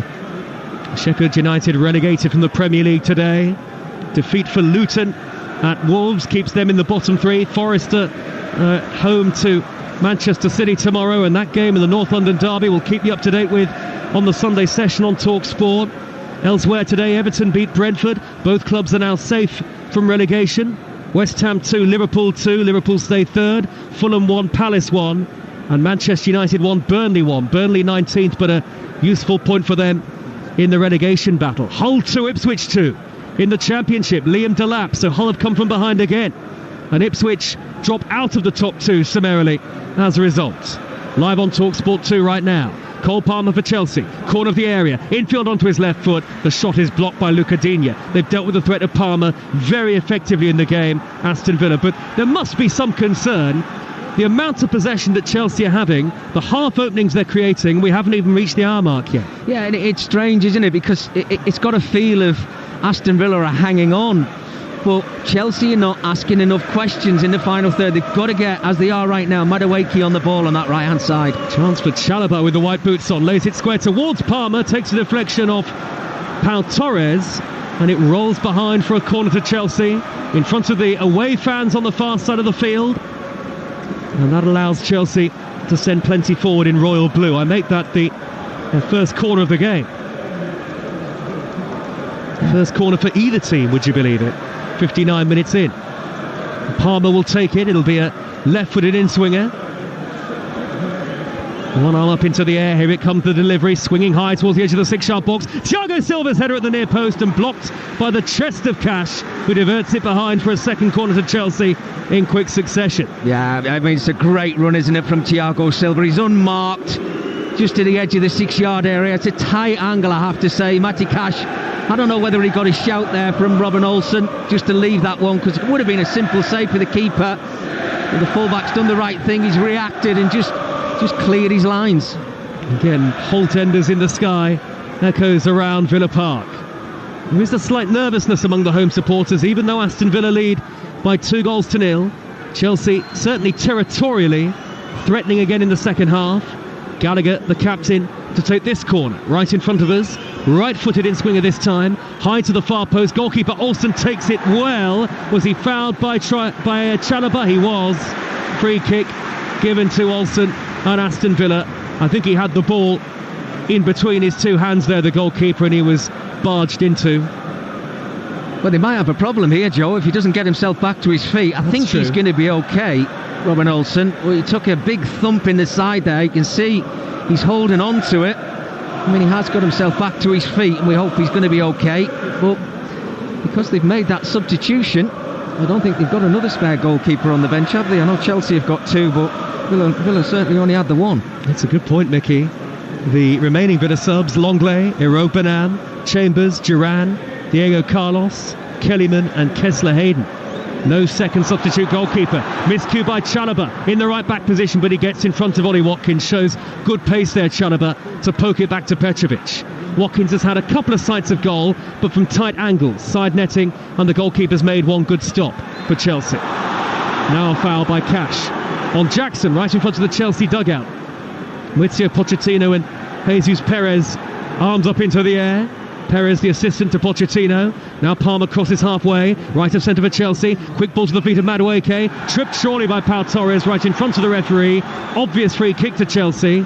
And that's what, Mickey, we're talking probably 30 yards or so from goal here, right of centre. Yeah, it's probably just a little bit too far out for Gallagher or Cole Palmer to maybe take the direct shot on, so I think we'll probably see this one maybe drifted towards the far stick. But they're getting into better positions now, Chelsea. That's a couple of silly fouls that Aston Villa have given away, which is give the opportunity for Chelsea to put that ball into the box. On 10:89 and 10:53 a.m, DAB, on the app or via smart speaker, you're with Talksport. Free kick to Chelsea, who are 2-0 down, right of centre. Gallagher to the right, takes it to find Madueke. Corner of the penalty area, trying to twist and turn beyond Luca Digne again. Fascinating battle in the second half there. Back it goes to Gallagher, whips in the right-footed cross. Here comes Olsen, gathers it well again. First real test for the goalkeeper since he took a big knock, and he took a half knock there, I think. Not happy with the referee, Olsen. Tattoos down his arms, and there's a little word from Olsen for Jackson, but he's big, the goalkeeper, and he reached really high to collect it from the sky. Well, there's no doubt about it. He's in the wars, Robin Olsen, isn't he? He's gone to ground then. Came very close, I have to say. Oh, Douglas Luiz has lost out. Gallagher in the penalty area. Madueke rolls it into the bottom corner. Chelsea are back in it now.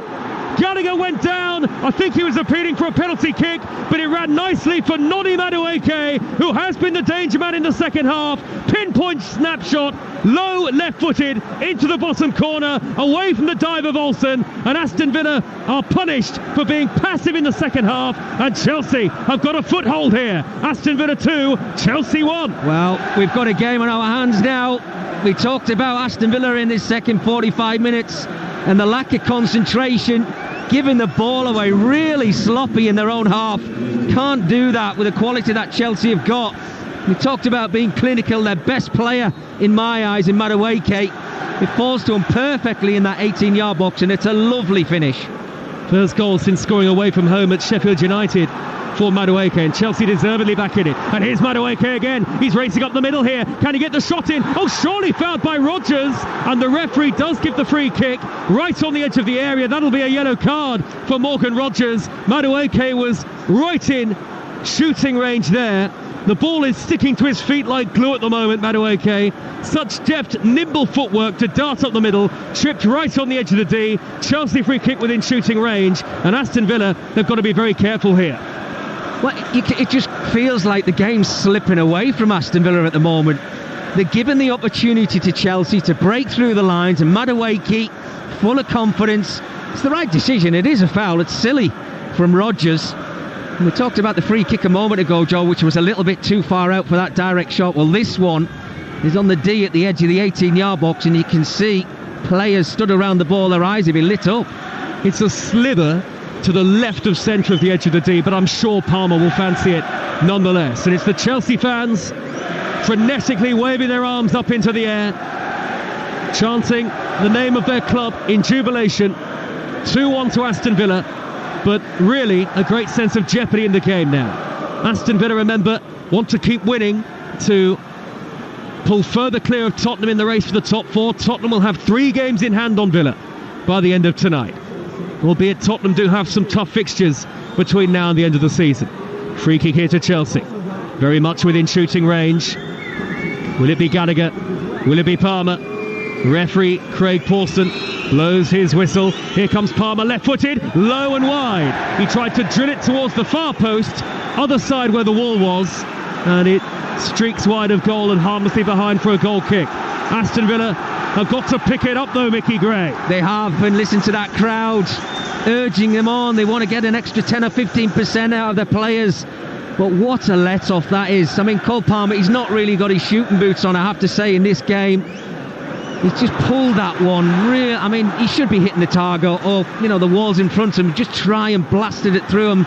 Maybe it would have been better for Conor Gallagher. Here is Cole Palmer now, though. Central position, edge of the D. Tried to spray the ball wide towards the left, and he was blocked off by both Luiz and McGinn sliding in. Now Bavely has bravely beaten Caicedo to the ball. Caicedo's gone down. He's hurt. And then there was a foul by Chalobah on Morgan Rodgers. And the Aston Villa bench are furious about that. Words in the ear of the fourth official. The first foul was on Caicedo. The referee eventually has stopped the play here. Yellow card for Leon Bailey. So surely that'll be a free kick for Chelsea. But he's shouldn't have let play continue there, Craig Pawson, because eventually Rodgers was tripped by Chalobah. Well, this is interesting, Joe, because that second foul was a lot worse from Chalobah than the first initial foul. But Craig Pawson was looking at the player on the ground, and Chalobah got away with one there because he didn't actually see the foul, which is why he's given the initial free kick to Chelsea. Aston Villa 9 points clear in fourth at the moment.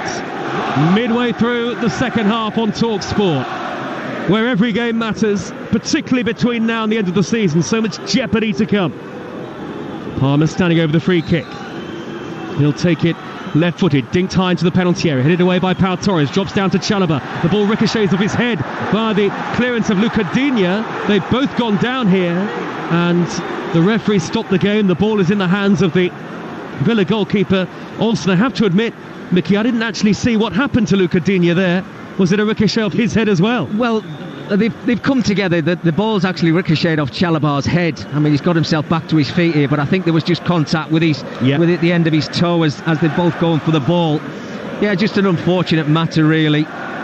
But there's a sense now, there's a bit of nervousness in this stadium, isn't there, Joe? You can feel it because... Absolutely. I mean, Chelsea have got themselves back into the game. Look, they had to get better in this second half, and they certainly have done so.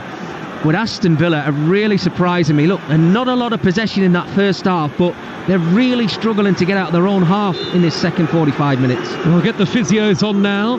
Pochettino speaking with the assistant on the near side, actually. Aston Villa are going to have to get the physios on. Digne has gone down on the corner of the area, and here they come now. What a day it's been on the Talksport network. We brought you the final days of League 1 and 2. Derby up to the Championship. Oxford and Barnsley joining Bolton and Peterborough in the playoffs. Cheltenham relegated today in League 2.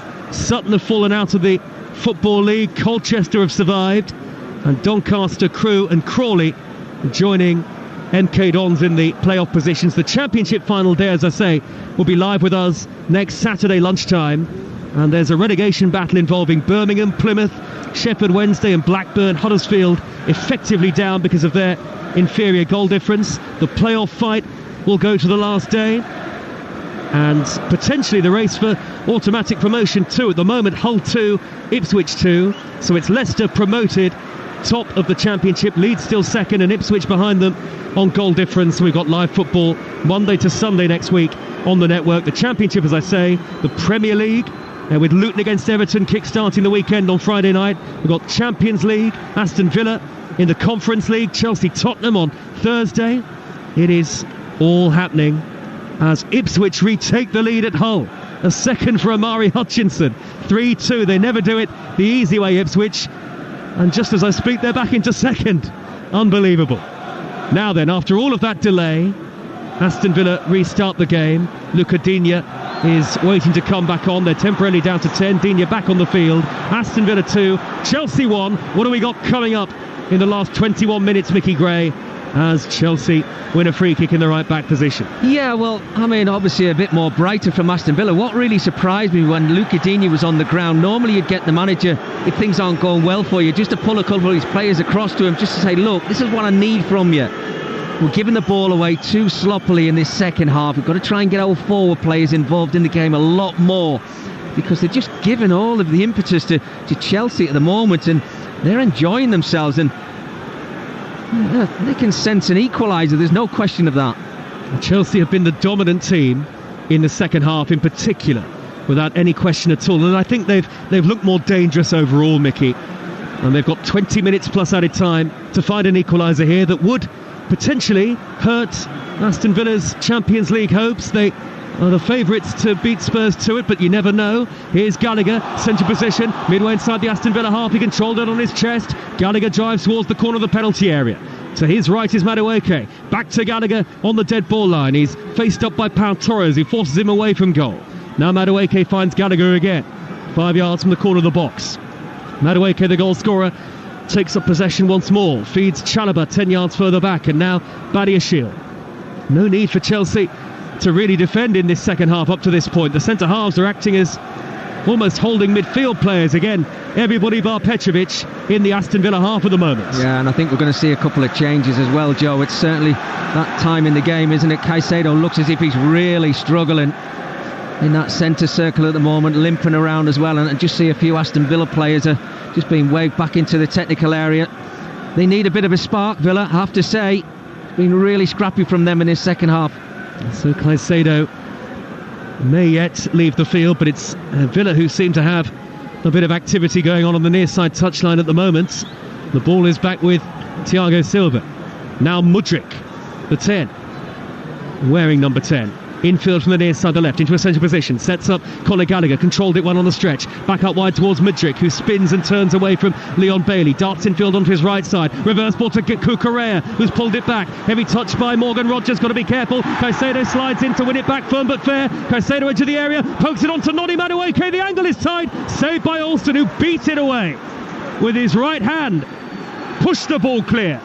And Aston Villa steer it upfield with Rogers towards Watkins, who's won a throw in the left-back position. Big chance for Chelsea. Well, Madueke, for me, he's got to go with his right foot, Joe. I think he goes with his wrong foot. He's tried to play that across the 6-yard area with the outside of his left foot when it was a simple pass with his right foot, just to play in one of his teammates. And just prior to that, Cucurella down the left-hand side, he can play the ball in behind Aston Villa's back line, and it's a simple tap-in for one of the forward players. He tries to be cute and play it back to the penalty spot. There's nobody there at all waiting for it, but the alarm bells must be ringing at Aston Villa. There's no doubt about it, because they're not performing at the moment, and they look really shaky. 72 minutes have been played. 2-1 to Aston Villa. Alston's got to be careful. The goalkeeper back pass rolling almost right along his goal line. That was a nervy moment. McGinn collects the ball midway inside his own half of the field, back to Ezri Konsa. Very calm. Breaking in between the lines is Rogers into the centre circle. 3 forward in support of Morgan Rogers. He's gone down the middle. Then he plays it wide to Bailey. The Villa fans on their feet. Bailey into the box. Low effort is spilled by the goalkeeper. And Thiago Silva, facing his own goal, smuggles it behind for a corner. That was poor handling from Petrovic, and it nearly led to a third Villa goal. Yeah, he had to do better, Petrovic, with the strike. It was low, it was next to him. He's got to just try and parry that, and Thiago Silva eventually does very well, because Ollie Watkins, very, very bright, just tries to nick it to the side to one of his teammates. Couldn't quite get it there, but that's better from Aston Villa. Diego Carlos and Tim Irobanan are going to come on for Aston Villa, who have a corner at the Holt end. Away to our right. Seen very little of Villa as an attacking force in the second half. Pau Torres is up for the corner. Konsa is there as well. Rogers lurking too. Corner taken short by Luca Digne. He'll get it back from Bailey. Chance for a better angle for the cross from the Frenchman. Here it comes, left-footed, diving header away by Thiago Silva. Wasn't the best ball in, given Digne's prowess from that sort of position. Then a high diagonal ball, pumped crossfield, right to left by Cash. Is completely miscontrolled. All too casual from Douglas Luiz. Out of play. Chelsea throw, right back position. So it's going to be Diego Carlos for Bailey. And Irobanan making his 12th appearance this season. The 20-year-old. An increased role at Aston Villa over recent times. He'll replace Douglas Luiz. Right then, Mickey, what's going to be the thinking here for Unai Emery? Well, I think it's just he had to make those changes just to give them a little bit of a spark. You can see Douglas Luiz, I think is he going back into a defensive position here? I don't know whether it's a change in system or not.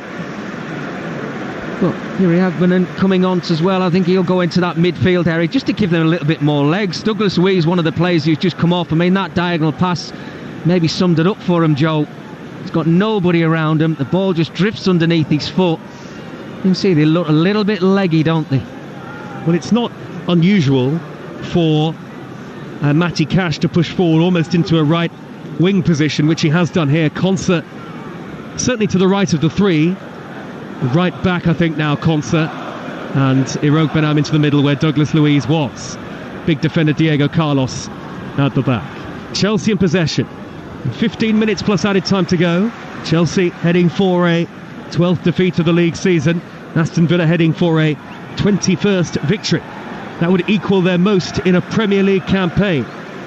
Again, 92-93 when they finished second The ball is on the halfway line. Cash has won it with a cushioned header in front of Cucurella, backpedaling, and now Rodgers looking to dart infield. He's blocked off. Slide tackle from Irogbenam on Gallagher having just come on. Free kick to Chelsea midway inside their own half of the field. Here is Gallagher. They played some nice football, Chelsea, in the second half, and they've got one goal back, but that's not enough at the moment. Yeah, they've got to keep pushing, haven't they, Chelsea?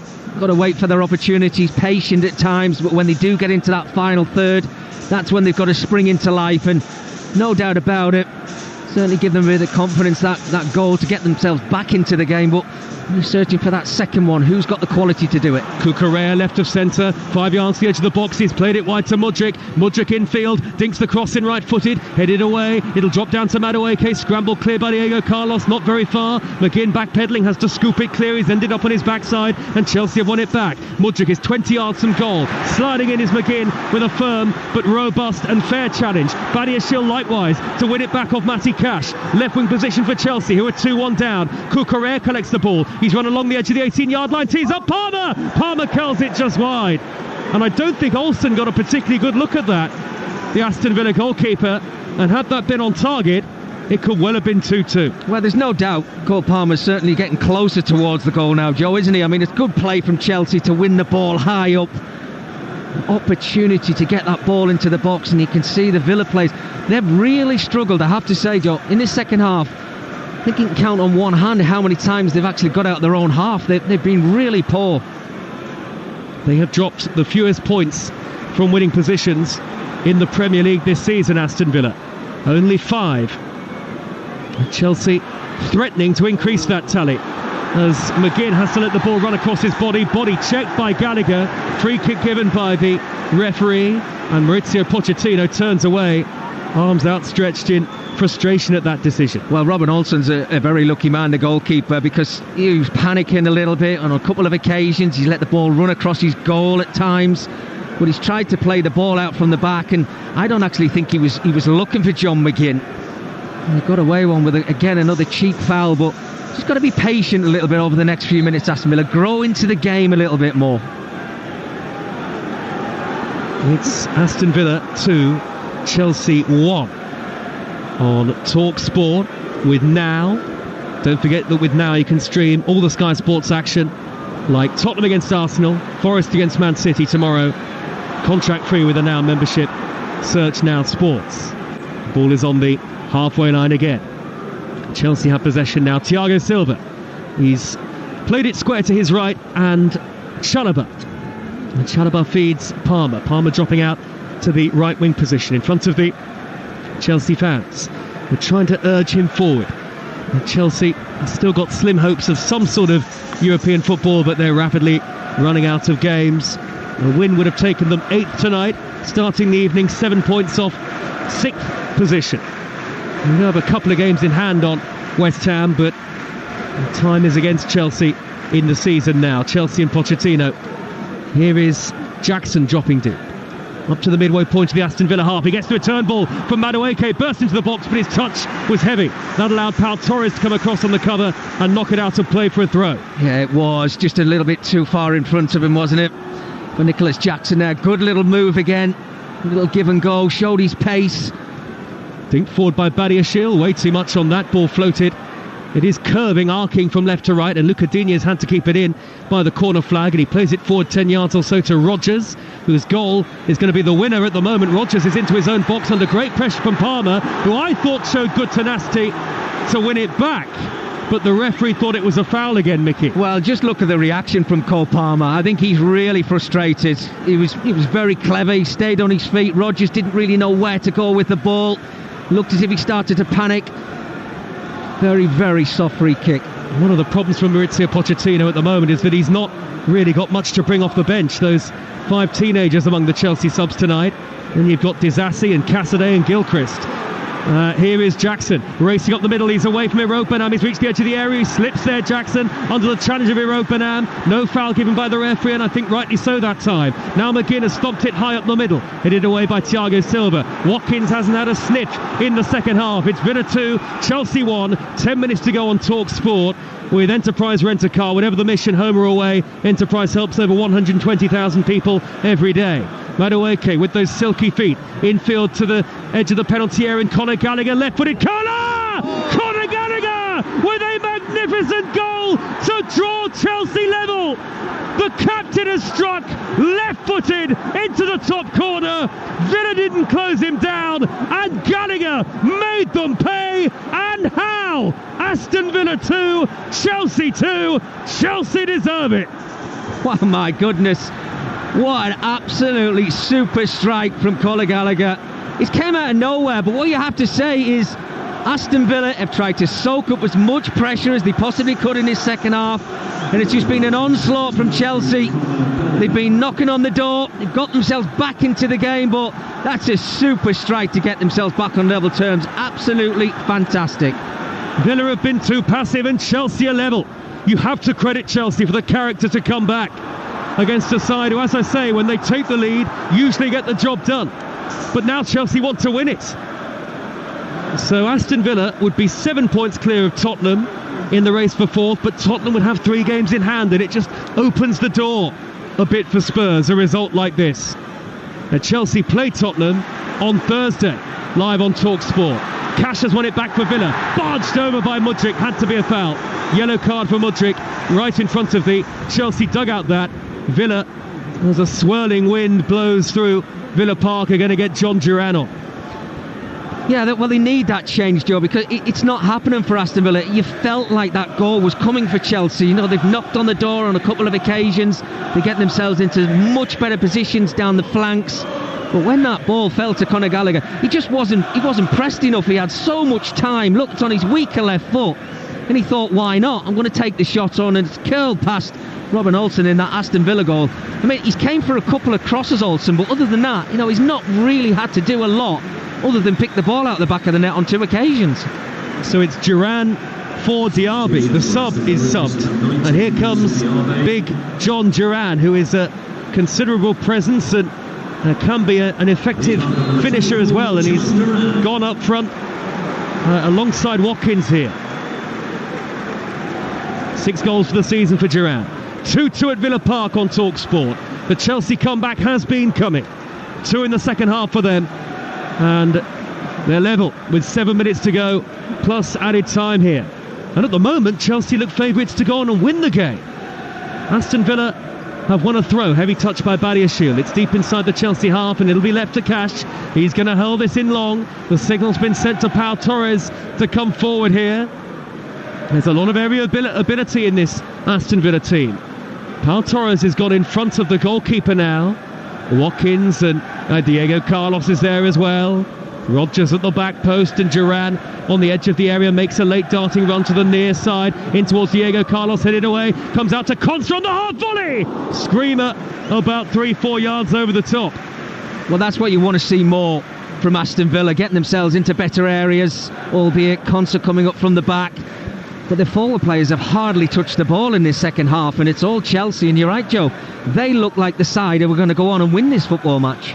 So 2-2 on Talksport. Betfair, our official betting partner in Premier League football, have the latest odds. I'll give you those in a second as Villa win it back through McGinn. Little backheel by Watkins, and he can't set up the run of Rodgers. Chelsea on the break. Aston Villa to win at 9-2. Chelsea to win at 3-1, or back the draw at 7-4 on. And don't forget Betfair paying out winning bets at 90 minutes with 90-minute payout. Applies to match odds 90 market or markets with the 90 icon. That's all thanks to Betfair. 18 plus BigGambleAware.org. Jackson for Chelsea, 30 yards out, right of centre. Chelsea fans on the far side are urging him on. It's 2-2. Madueke, he's got beyond Digne, down by the corner flag. Eventually Digne recovers, almost from ending up sitting down at first. Digne tries to dive in on Madueke. Led with the edge of the area. Chelsea do look an enterprising team at times. That's why they're so maddening to watch. It's the defending that is the problem, and occasionally not taking their chances, but when they do, they're very effective. Gallagher back to Madueke, wide to the right hand side. Chelsea building here with Chalobah, back to Conor Gallagher, corner of the area. He floats in the cross over the head of Jackson, only half away. Mudryk can't bring it down, smuggled away by Konsa. Aston Villa defending very nervously here. Duran though has played it forward to McGinn, and now they're on the counter. Matty Cash just shy of halfway. Good first touch to take it in his stride, but Badiashile slides in to win it back for Chelsea. 2-2, less than 5 plus added time to go, and now Mudryk left of centre. He's threaded it to his left, and Jackson attacking the corner of the area. Jackson's shot rifled into the chest of Diego Carlos for a corner to Chelsea. Well, there's no doubt about it. That strike from Jackson was 100%. It was travelling. Great play from Chelsea again, winning the ball up higher. I think we've seen both sides of Chelsea today, haven't we? First half and second half. Naive in the first 45 minutes, but this is what they can produce. This is where you see real encouragement under Pochettino. Palmer will take the corner for Chelsea. It'll be a left-footed out-swinging delivery into the near post. Only half cleared. Badiashile couldn't control it on the penalty spot almost. And John McGinn is tearing forward up to the halfway line. Now then, that's a cynical foul from Thiago Silva on halfway.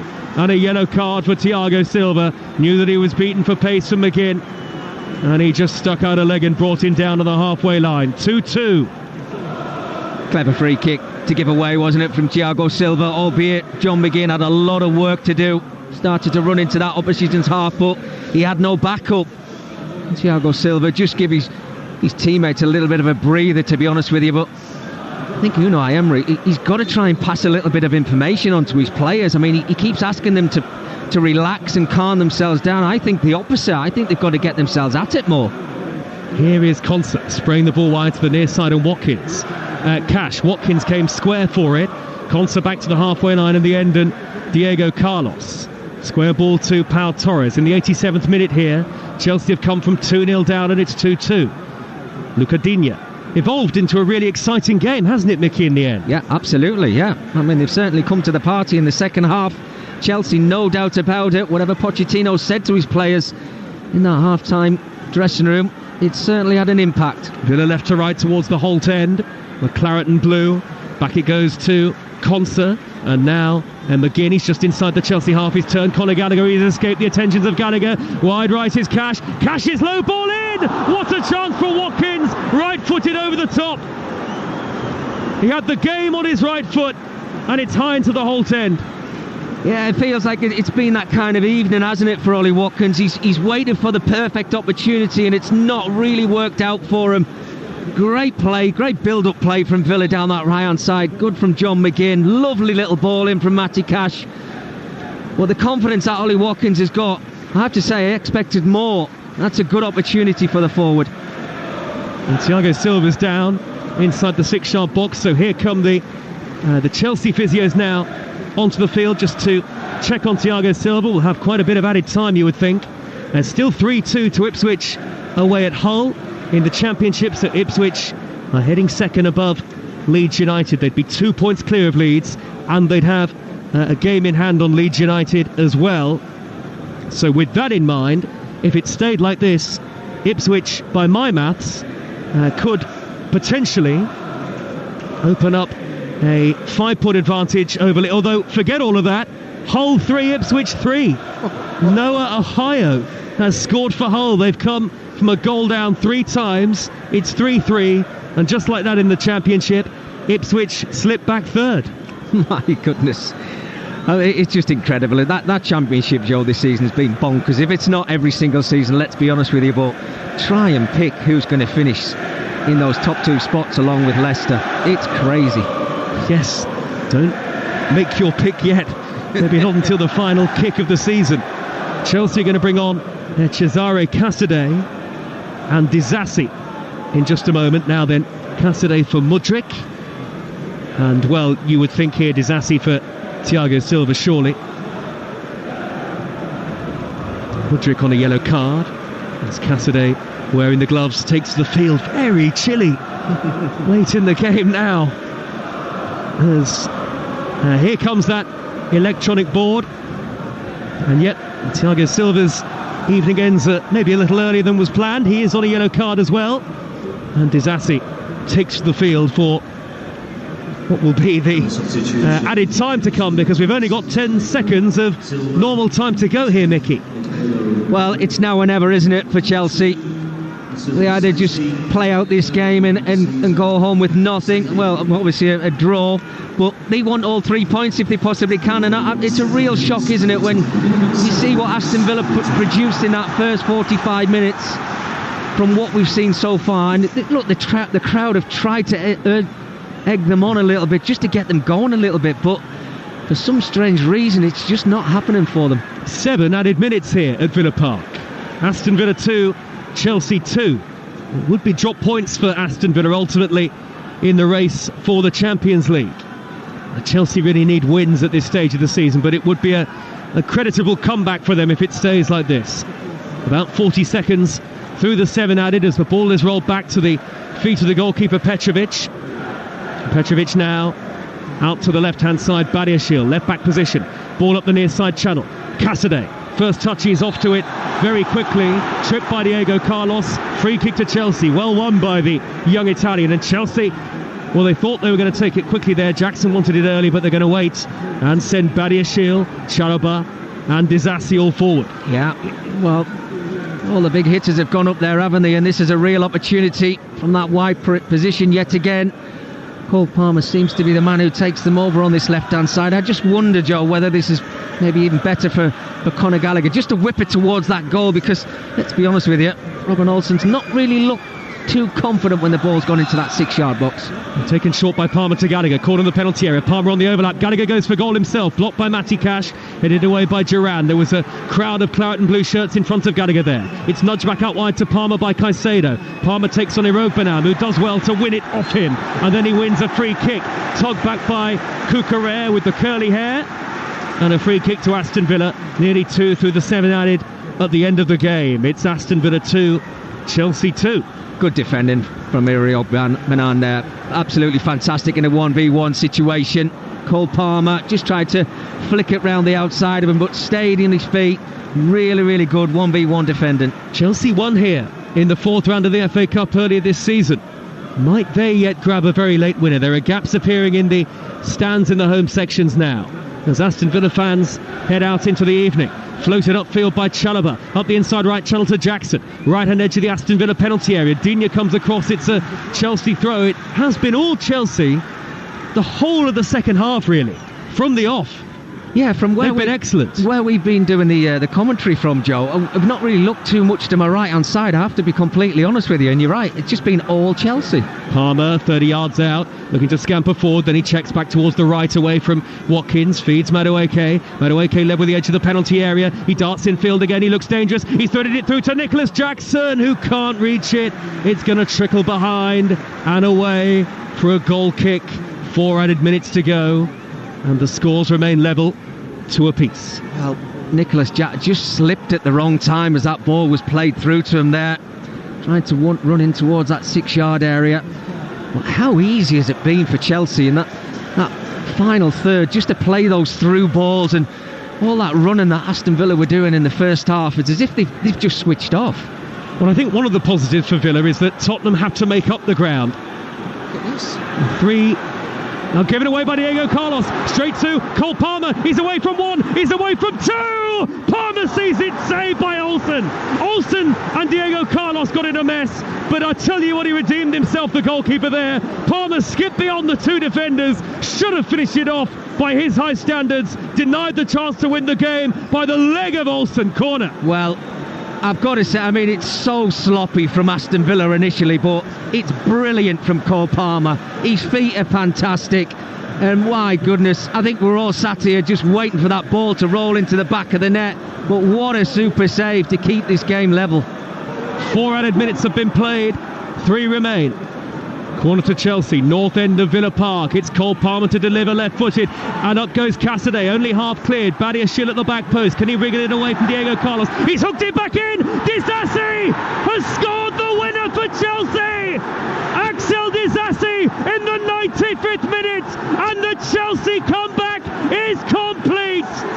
Disasi dances a jig on the far side in front of the Chelsea fans, and what character, spirit and never say die attitude from Maurizio Pochettino's team, and they may yet have hurt Aston Villa's Champions League chances.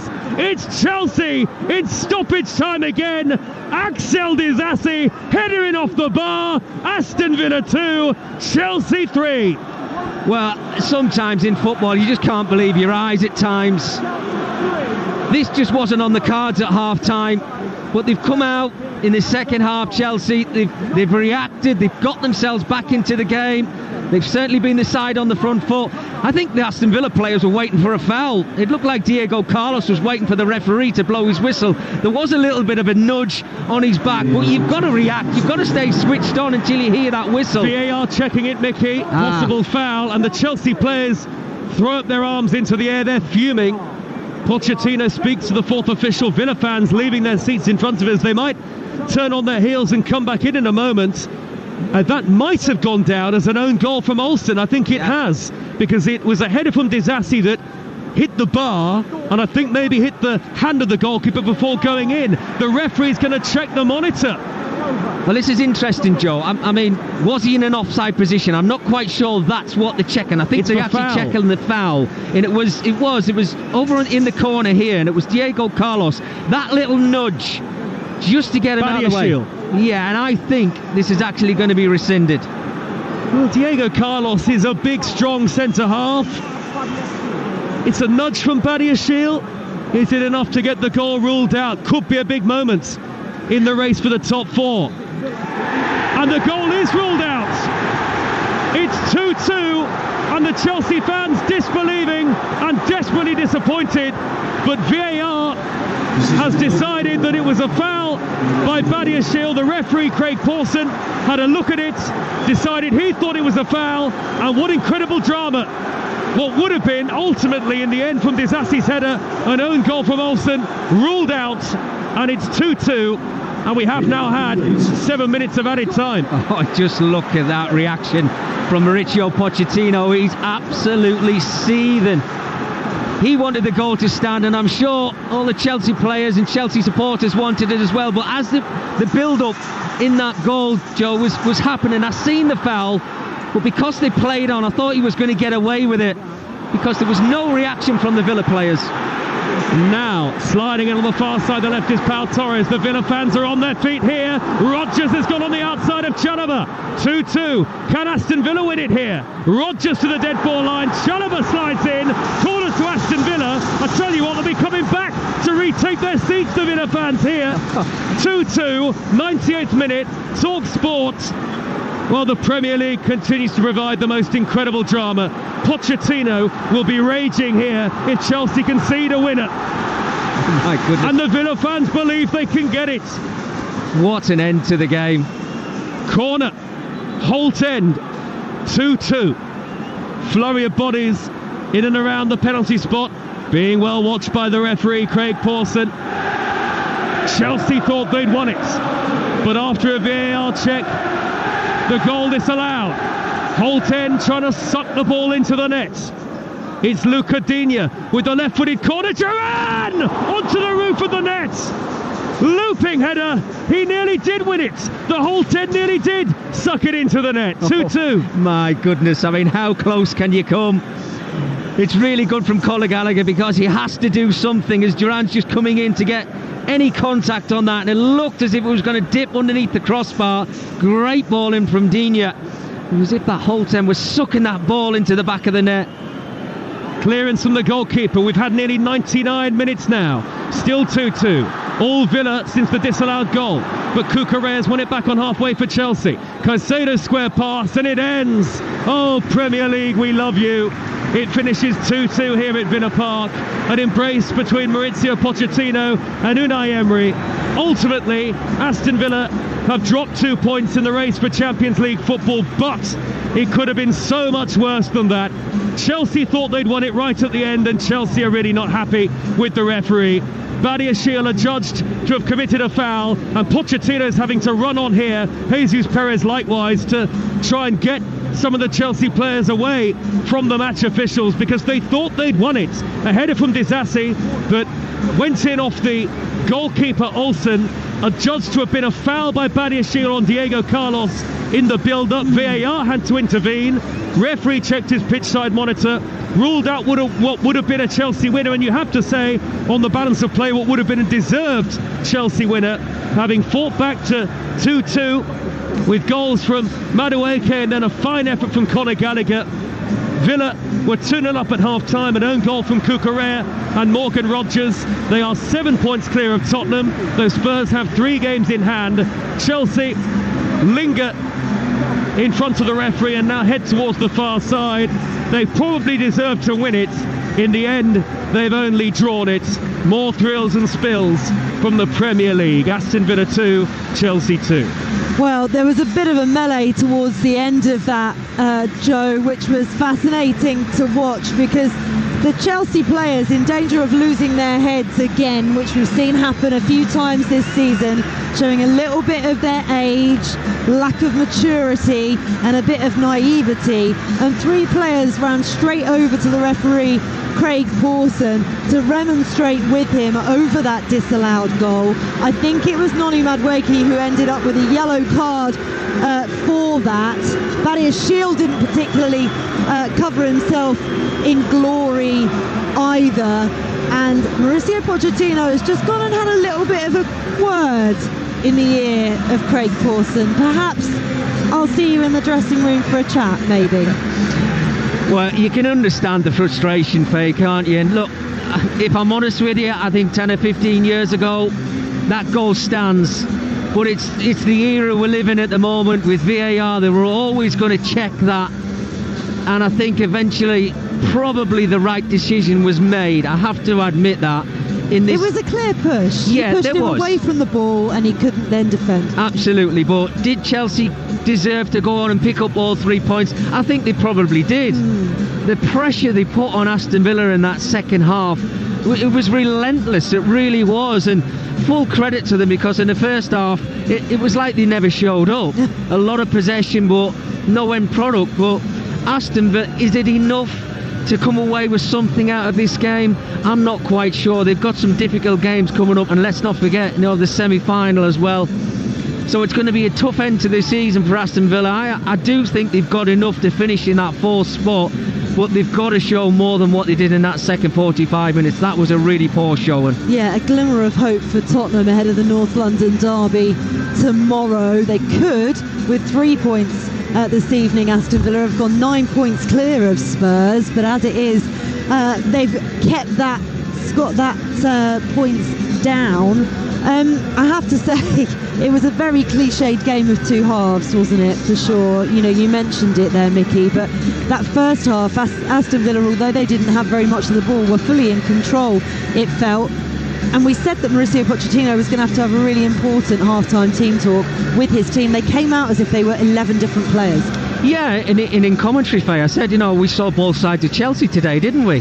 A lot of possession, yes, in that first 45 minutes, but that cutting edge just wasn't there. And full credit to the manager, Pochettino. He's gone in at half-time, he's got an extra 10 or 15% out of his players, and they've come up and they've turned up in that second 45 and certainly deserved to get something out of the game, probably deserved more. Yeah, 7 points is now the difference for Aston Villa, though, and Spurs, of course, have all those games in hand. So, it's still really on, isn't it? 3 games in hand they've got at the moment. It feels as if Villa are in the ascendancy in terms of that Champions League spot, but we know, exactly what Joe Shennan said right at the end. The Premier League just keeps on giving, and I feel like there's more twists to have. Yeah, I mean, look, it's a fine line, isn't it? Whichever camp you're in, would you like to be Tottenham and have the games in hand, knowing if you win those games you go above Aston Villa, or would you rather have the points on the board? I think I'd probably like to have the points on the board, but it doesn't mean that you don't start to panic and maybe feel a little bit concerned over the next couple of games if you're in the Aston Villa camp.